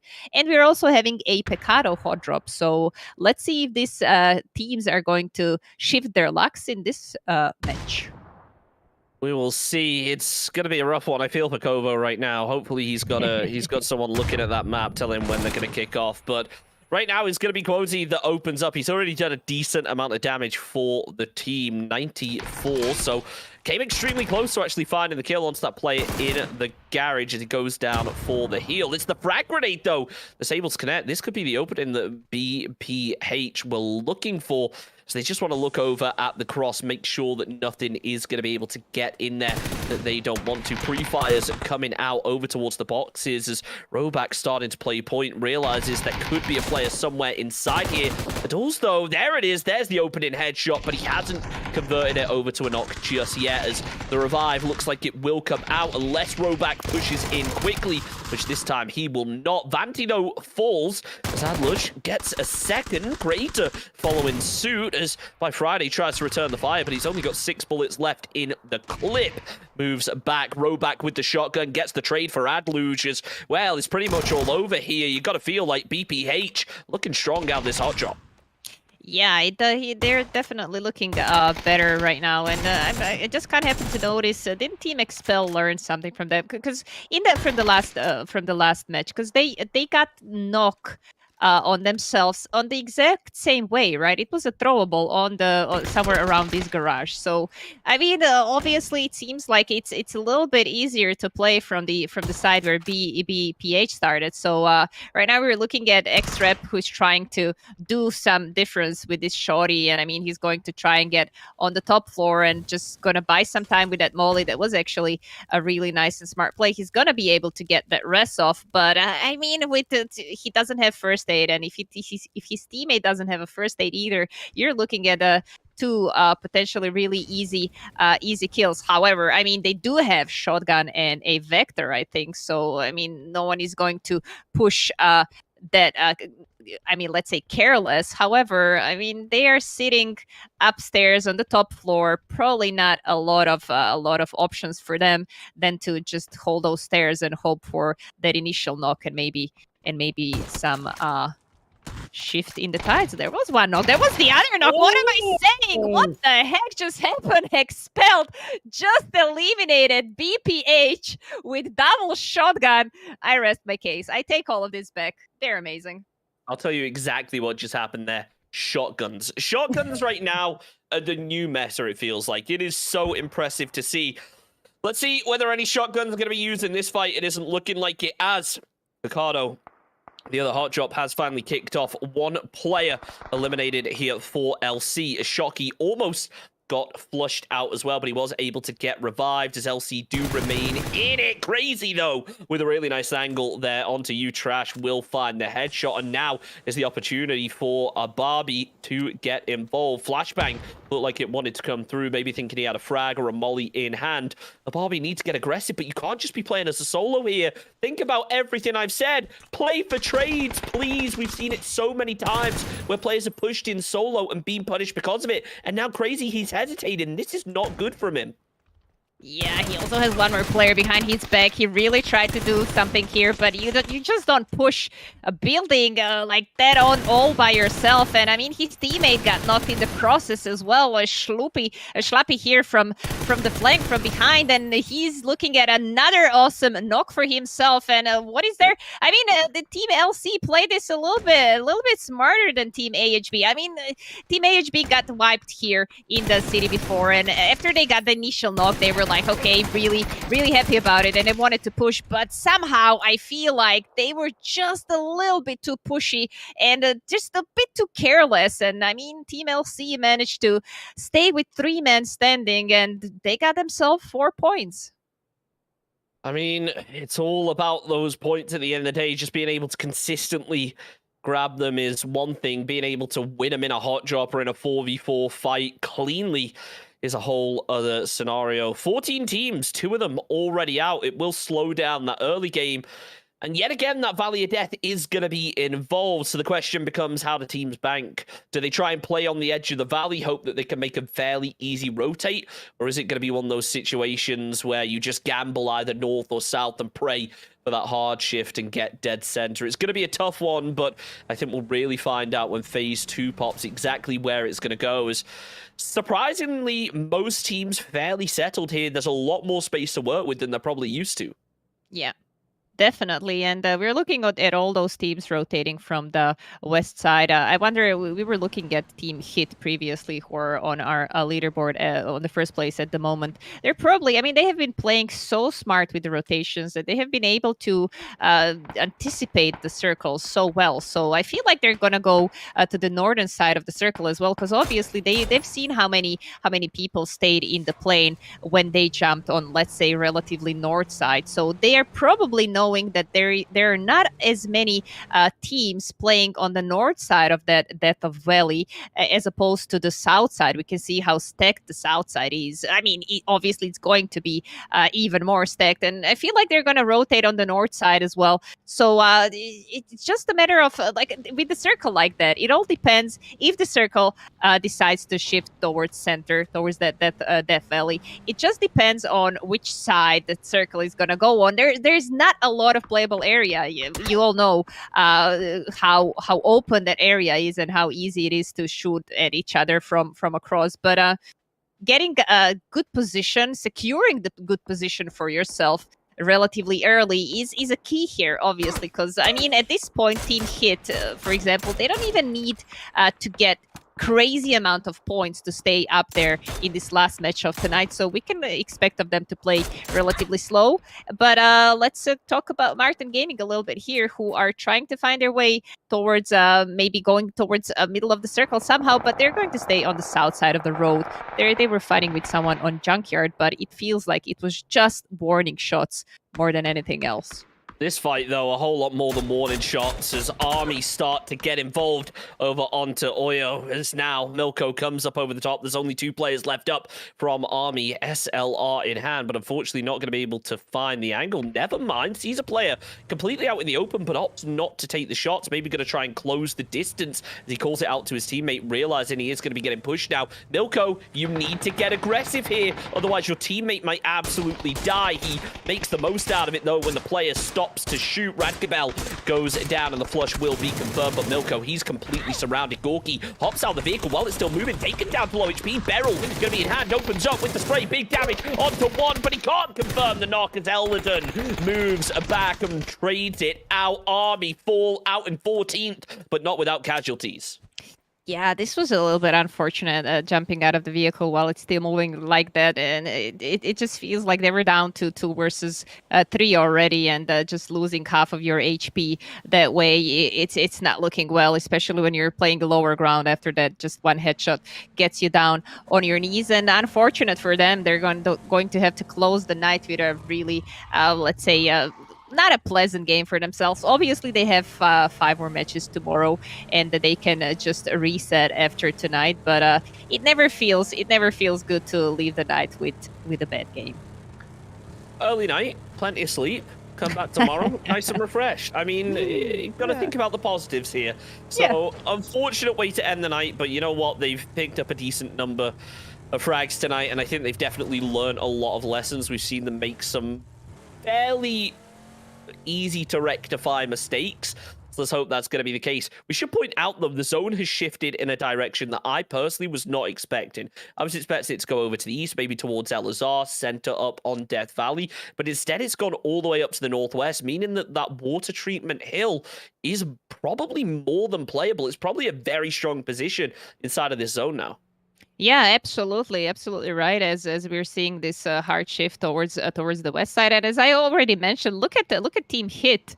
The team they're in the middle of the circle again, and it's just crazy to see the anticipation of the circles for them. And I mean, I gotta say props to their captain, who obviously knows a lot about the circles and rotations. And other teams that were on the south and southeastern side are going to have to find their way. Obviously, there's a lot of playable area. Right, we are looking at the hills on the southeastern side of Cruz de Valle.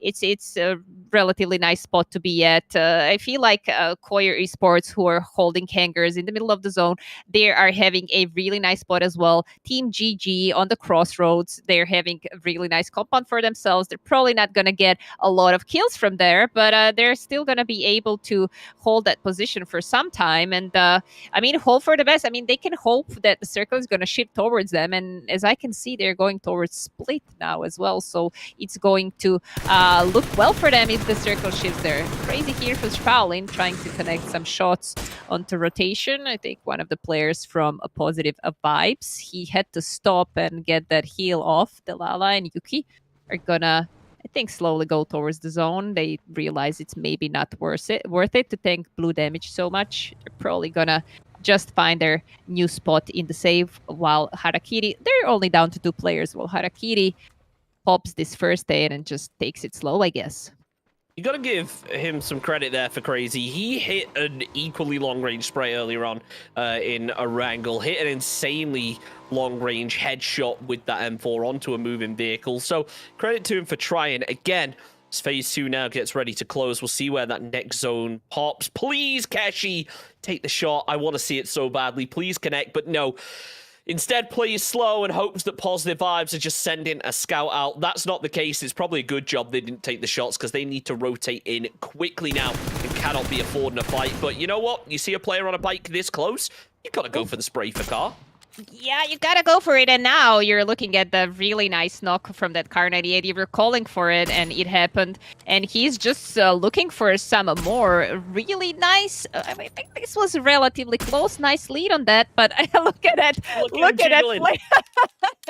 I can't. This feature is amazing, Shanks. It's just amazing. Imagine getting the shot down with Car 98 on a player that's moving like that. I mean, it certainly makes it entertaining to watch. It's got to be annoying, though, if you are one of those Bolt players. It looks like it's fast-forwarded. Yeah, it's got to be annoying if you are a Bolt player, though, and you're trying to find that headshot. Because obviously DMR, look, you can go for the body and you don't really feel too much of an impact. With the Bolt, if you're not hitting the headshot, it makes it very tricky to actually find the kill. So it is a bit annoying for those players, just as this zone is going to be very annoying because there's about 4 compounds in the entire circle, which means surely it's only a matter of time till crashes come out. Now, everyone just going to be scrapping for either compounds or just those little hills out on the edge. Speaking of which, Team Hit going to be getting aggressive. It's going to be Roy and Taxis that open up onto Oyo, taking down 2, confirming both of them. That's the first 2 points of the games here for Team Hit, but look, they've consistently been getting into the end game. I wouldn't expect them to stop collecting points now. Yeah, absolutely. And I mean, you're looking at, I mean, they don't know how many players there are around them, obviously, because so many teams rotated from that western side. And if you're looking at the southwestern side of the circle as well, that it's not playable. Like sometime soon, it's probably not going to be playable at all. So they're going to get a lot more crashes there. Looking at Sami here, who crossed the road, and he managed to get some really nice spray there. If this Fred connects, which I feel it's gonna. Wait, what? Wait, what? How? Oh, it was a little. It was the angle we were at made it look like it was so close, but it was just outside an aid range. That was so close there. I thought it was landing. Yeah, I thought so as well, especially because the player he was aiming for had like literally 10 HP left. So even if the frag doesn't hit exactly, I mean the area damage that it reaches, it was supposed to get. But yeah, probably from our perspective, there was a little ridge or something. But if you're looking at Schlappy right now getting those shots down, Sami now down to 10 HP, and Shocky is going to follow up on that, getting a nice knock for his team. Last chance there. We're looking at the 5th kill for them right now, so it's looking really, really good for them at the moment. They are playing split. One guy is across the road for them, and he's going to turn around towards the compound as well, towards Team Koyer, to try and see. Oh, this is a interesting circle right now. I must admit, I expected the circle shifting south somehow. Yeah, I mean, we've seen a couple of those circles that shift down to the south, so it's interesting to see things finally go up north into an area where I haven't seen too many end games. It feels like it's been a while, but you got to feel like the teams that are posting in compounds have a serious advantage here. I am a little bit surprised to see that the western compound hasn't been taken, but I'm sure as soon as Team Hit realize that it is taken, they will try their best to move in. Last chance, though, moving up the hillside. I thought for a second they were going to pull up. Thankfully for them, they will not. So, yeah, Bents would have caused some major problems then if they'd pulled up and just decided to play the dip, which, I mean, now I think of it, why would anyone choose to play the dip in a circle like this? Yeah, I guess they found themselves a little bit better position. And obviously, if you look at the circle right now, it's not 50-50, but they are suspecting that the circle is going to go towards the right side of that road. Team GG right now still sitting in the compound. They are on the edge of the zone. They anticipated relatively well the circle is going to be somewhere around this compound, so no kills for them so far. We need money as well. They have been playing, and let's talk a little bit about them. I mean, they had that one amazing chicken dinner But all the other matches, I gotta be honest, they haven't. It's not usual to see a team with a chicken dinner sitting only on the 5th position. Usually, you see them. Usually see them in the top 3 positions right now. It's one of those things where it's all well and good having a good game, but being able to do it consistently is a whole different beast, and we need money. Well, you can see they're just struggling. They're getting taken down on the rotate. Simon goes down there as Overino does need to pull up quickly and heal. I think, yeah, I was going to say, I thought for a second he was going to keep going all the way down, but yeah, it's a good call to actually pull up here and try and get the heal. Harovic, though, going to try and move in himself for positive vibes, but the shots are going to be coming through. The smoke is there for cover, but that zone is just going to start tanking soon. It's phase 4. Going into phase 5 is when you just don't want to be touching it if you can avoid it at all. Nidland with some shots of his own. Nice long range, but not going to be able to connect as positive vibes do eventually fall. And Martin Gaming, well, they are getting crashed. Yeah, they're definitely getting crashed on the edge of the zone, and I've seen a pre-nade from one of the guys in the car. It landed on a decent position, but right now Needlam is doing a lot of work as well, and he managed to get some amazing knocks with the frag, followed by Coyote's last 2 kills, and they managed to wipe the team that crashed them on the south side of the circle. They still have a little playable area for themselves on that bottom left side of the zone, and I mean, obviously they're gonna be able to move further on the north side, provided the team hit does not turn towards them and maybe closes their way in. Spaulin here in problems of their own. I feel like one team crashed them. Yeah, the team that was rotating, I think 3 men were rotating from the south side. They rotated into the compound, and I mean, the fight is right now inevitable. Yep, 3.5 men now crashed in. Spaulin still watching the backside, maybe expecting Ant to come out the back, but it's not to be as crazy. Decides to move in a little bit further. Down goes Delacroix as Juki playing a little bit further back. Needs to be cautious here, as it is a 2v2. You have to play for those trades, otherwise you will be losing that player advantage, and that's exactly what happens. Not playing for trades, they do get punished. Ant, though, spins out a little bit wide, does get knocked, but Mistake is immediately there to finish off the job.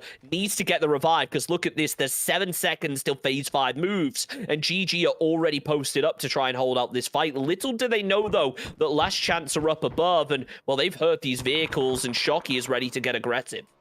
Yeah, GG is on a lower ground, not a place you want to be at, but they did not have a lot of options, and one guy getting knocked. Shocky did a really nice damage there. I think Thirsch is gonna continue to do so. 2 knocks for them so far, and I feel like it's all down to one last man from GG, which is all the way in the compound, still not in the safe, so not having a lot of places to be at. But look at Nitro here, 4 HP, and just spamming that mini like, you know, like there's no tomorrow. You gotta go for it. You see players out in the open, you take the shots. Nitro will actually heal up, and this could work out well for him. Never mind. I was gonna say 3.5 men have no idea, but they absolutely do. Mistake is there. Not gonna make any mistakes with those shots. Finishing off, we need money. As Koya tried to finish off a fight of their own. Frag grenades coming out over the top. Ragnar has been taken down. They're gonna try and follow it up with a knock onto Fakar, and it does work out. Hood is there to collect it. I may have seen incorrectly, but no, I did not. They are limited on ammo. Hood needs to be careful here as Chili pushes in. Will find himself yet another knock. The bolt shot attempt nearly connects onto Bambi, but now they have the info. Out comes the flashbang, and surely Koya, Chili, he can push in. He knows where this player is. Frag grenade following through as well, but oh no, that window's barricaded. Get it out of your hands, otherwise things could go badly. Creator falls expelled out as well. Well, Koya, they just need to wait and pinch. Yeah, they're doing an amazing job, Team Coyer here. They pushed 2 versus 4. They have no other options but to push that house, and they managed to eliminate the whole squad. They were sitting on 0 points, 4 points for them right now, as 2 men, looking pretty good for them right now. They have this whole area for themselves, plus the hangars and the whole ridges. There are no other teams other than a team 3 men just below the ridge who are just probably going to stay playing in that area as long as they can. Gifted here down to only 1 player, and I gotta be honest, 3.5 men, I was seeing them fragging, but 11 kills, that's impressive. Absolutely, it is, and it's not the first time they've done it. They had a game earlier where they were able to get up a decent number of kills, but I don't think this kind of aggression we really expected from this squad. But proving us wrong, absolutely, as they make it into the top 5 teams. Martin Gaming, I love their confidence as well. Super split. Mixic still left up, throwing out every bit of util, whether it's to try and find a kill or just deny the team that kills him from being able to use it. It works out. Down it goes as Gifted are out of the fray.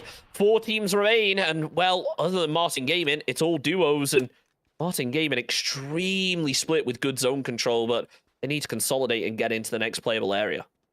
Yeah, definitely. I see Sight is holding the flank all the way on the western side. I feel like they had to. I guess they were the guys who were fighting Hit, because Team Hit was having 4 players, but now they're only down to 2 players. Something happened there which we missed in the process. So Martin Gaming looking pretty good so far. I'm sure Sight is gonna get into towards the zone as soon as he sees the flank is secured. And Hit is sitting in the corner of the compound, which obviously I feel like it's not going to be in the next zone. And we are looking at the circle, which is around 30 to 40% on the left side of the road, and the rest is the bigger playable area is on the side of the hangars, where we are having Team Coyer with 2 men standing, and obviously on the southern eastern side of the circle, we are having the very good in this match team 3 men. So right now it looks like it seems like it depends which side the circle is going to go. Obviously MG having 3 men standing is a big thing right now, but this was a amazing shot, but it did not connect. I think Ante is going to be able to get that rest off, but that was really close. That would have been a lot of problems for them. That would have been a really frustrating way to go down. Just one shot as you're vaulting over a fence. But you know what? He remains in it, even if his vest is now cracked. Mistake looking to try and return the fire, but it just isn't happening yet, as Team Hit just posted up in their compound. Koya gonna do exactly the same. Hood just looking to find a headshot as well. Mistake nearly lands one of his own. Everyone just laying down, and I wouldn't expect anyone to really move till the next phase, as Chili is out in the blue. Oh, Chili, no, not like this. Oh, that was really close, but he just moved at the very precise time to save his life. And right now we're looking at Team MG pushing really hard towards Team Hit. They know there's a knock that happened, and obviously Sight wants to capitalize on that, but they just, they can be held by team across the road as well, by the team Coyer. So he doesn't want to risk it. I mean, they're still 3 men. They have a little playable area for the next circle as well, and he's just gonna try to hold them off from the range as much as he can.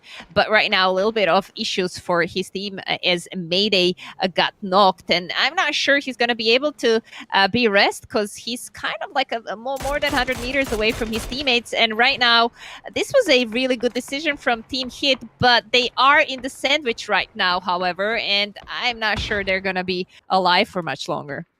No, it's going to be a rough one. Hood gets ready to throw the Molotov over the top. It's Hit to fall on the rotate. It leaves only Koya and MG left up now, as Hood looks like he wants to get more aggressive. He absolutely needs to. Almost forgot about 3.5 men. They still have 2 players down to the south. Look, they've been putting in work, but it feels like they've been doing it quietly. They haven't really taken on too many squad-on-squad fights. They've just been doing a really good job of catching players on the rotate and steadily racking up kills. To be able to have this many and 2 players still strong into the top 3, you've got to give them all the credit in the world. As Mistake tries to open up, can't quite find the head.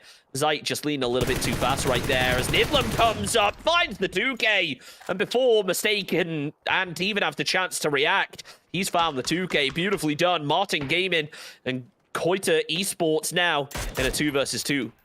Yeah, amazing job by Needlam over there, wiping the team 3.5 men. Obviously, Sight is going to be in a lot of trouble right now as he has to cross the road. He usually has a lot of smokes prepared, but that wasn't enough as he gets knocked in the process, and it's all a down to Needlam right now. He's solo versus 2 players from Koyer. They know each other really well. They play very often together, and I know he knows who has a sniper in his hand, so he does not really want to peek that. If he doesn't have to, he'd rather have a close range fight.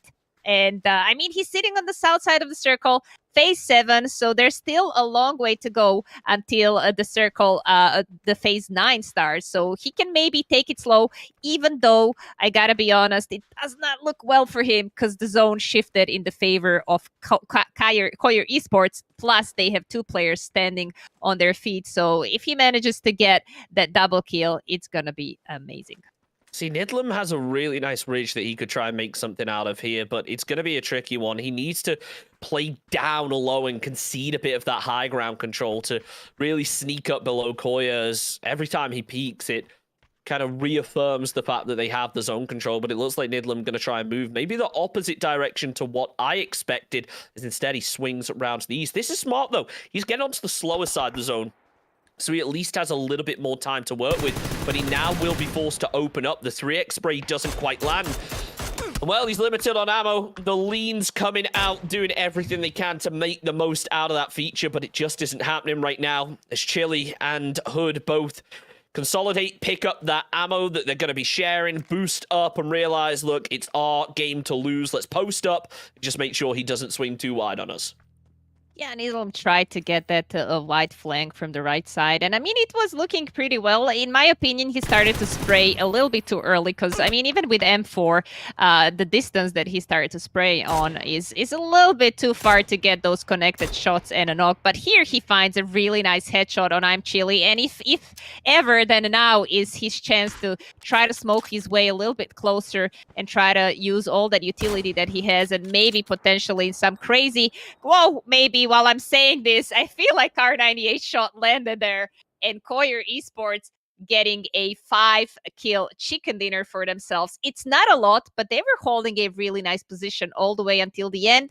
They managed to wipe the whole squad as 2 versus 4, and I mean, they capitalized on that, got the chicken dinner for themselves in the last match of the night, and congratulations to them.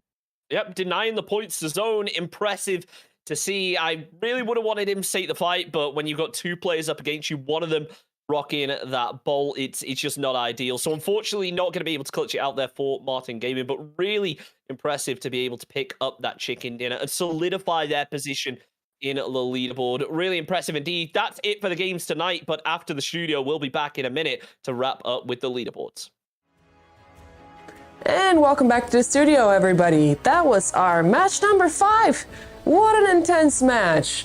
I mean, Team Koyer finally got that chicken dinner. Congratulations. Congratulations for, they got the closing game for our day-to-day last on Miramar. What can I say? I was just waiting for them to get a freaking chicken dinner because I just think they were they showed such great skill and that they're great players. Sammy, Hood, and the rest of the team, really good job, guys. But let's be real. The star of the match was Nidlam. Nidlam from Martin Gaming. Did you see all those skills? Oh my goodness. Those grenades flying in the right spot. I think actually that he used Visual S, because otherwise he wouldn't have been able to hit those Kobe's. Oh my god, that Kobe followed by the Molotov. That was amazing. That was on against Team PG, I believe, and they were all just like burning there. It was everybody was very ecstatic at that moment here at the studio. That was really, really nice to see. What else did catch your eye, Marinche, from the we current had game? a double shotgun action from Expelled, killing that was really cool. Yeah. That was really cool, I gotta say.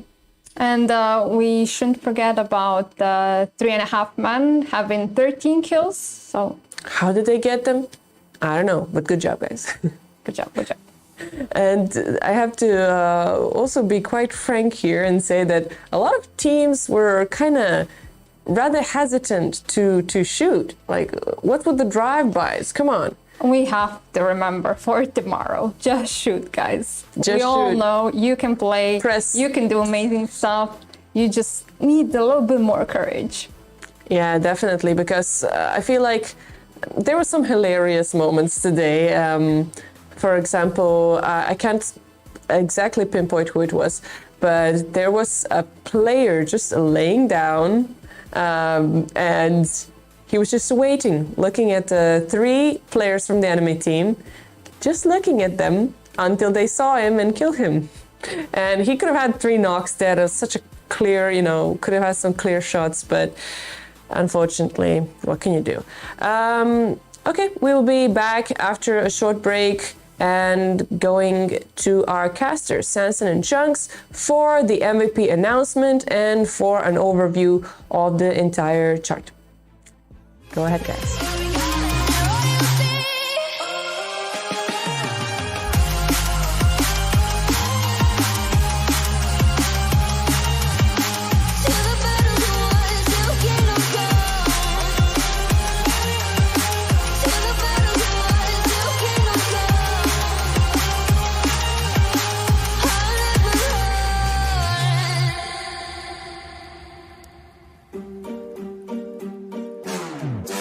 We gon' turn the crib into a club like Hennessy and Buddha screaming thug life. Get it, baby, you know I'm the plug, right? Fucking got a feeling that it's gonna be a long night. Whoa, everything I touch turn cold. Need no introduction cause they know Brit and Mo. I hit the lotto, my motto. Roll up gelato and throttle a couple models staccato who fucking brought up the bottle from gone ham. This ain't even luck, all planned. Y'all know who the fucks I am. Burning bucks, smoke bands. Always been the MO since the start of this. And now I'm on a mission like I'm Artemis. Hey, we gon' turn the crib into a club like Hennessy and Buddha screaming thug life.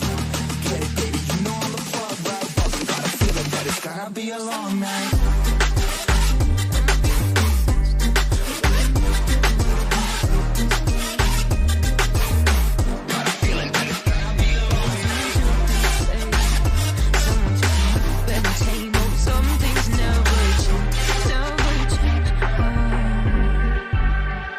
You think I would look pretty on your arm once you cover up my bruises and battle scars, but it always ends the same.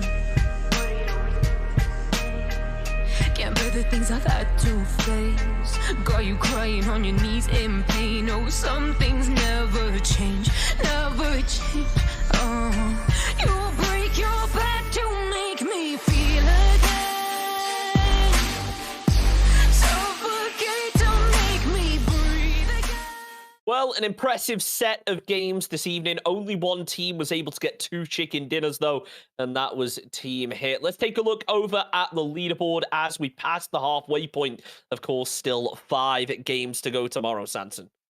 Oh, Hit on the first position with 65 points and 2 chicken dinners. Amazing job for them. I feel like after the day 1 with so many points, they have something to look forward to for the day 2. Koyer Esports, 1 chicken dinner, 58 points, and just behind their back, Gifted without chicken dinners, but impressive 56 points. Yeah, really impressive indeed. That's only the halfway point, though. Remember, you got to be in the top 7 to move through to the next round, and the best 8th place team will also get a spot in the relegation battle. Let's take a look over at the kill stats to maybe get a hint at who our MVP of the evening is going to be. Semi-Toxic sitting on the first position with 16 kills. Sight on the second position for Martin Gaming, 15 kills. Amazing performance by these guys. But is that going to be enough for the MVP title of the night? We will find out. Maybe the damage will give us a bit more of a hint on who is going to be our MVP. And right now in the lead is going to be Zeit. Let's announce that MVP, though, the one who will be taking home the €100 voucher courtesy of Pay Safeguard. And that tonight is going to be Roy from Team Hit. Really impressive. And can you blame him after that amazing clutch? And I believe it was our first game of the evening to win his team that match. Yeah, absolutely deserved MVP of the night for him. And obviously, I mean, it's not all that he did. His team is sitting on the first position after day 1 of the Group C of the Samsung Odyssey League. they grabbed themselves 2 chicken dinners. And I mean, him as a leader of his team, we can only congratulate him and just, hope that he's going to spend those €100 in a really nice way. Let's hope so. That's it for us tonight. We're going to be back tomorrow with 5 more games of Group C. So thank you, everyone, for joining us. We will be back same time, same place tomorrow. Thank you so much. Thank you so much for the last time, Sunsen and Chunks. And that's it for today. Yeah, thank you all for joining us for the first day of Qualifiers Group C and second season of Samsung Odyssey Masters. That's right. I want to congratulate, well, actually I should slow down with the congratulations probably, because tomorrow we will actually find out who the finalists are from Group C.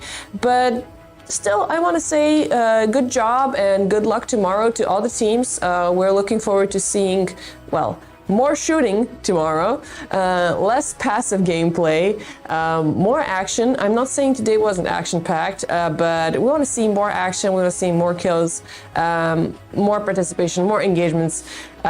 So, guys, You all. do it a little bit better tomorrow. And of course, keep following us on watching the stream on Twitch, YouTube, and Trovo at Good Game Global. And of course, follow the social media at Good Game Global. All the same, visit www.samsungodysseymasters.com for all the information about the tournament.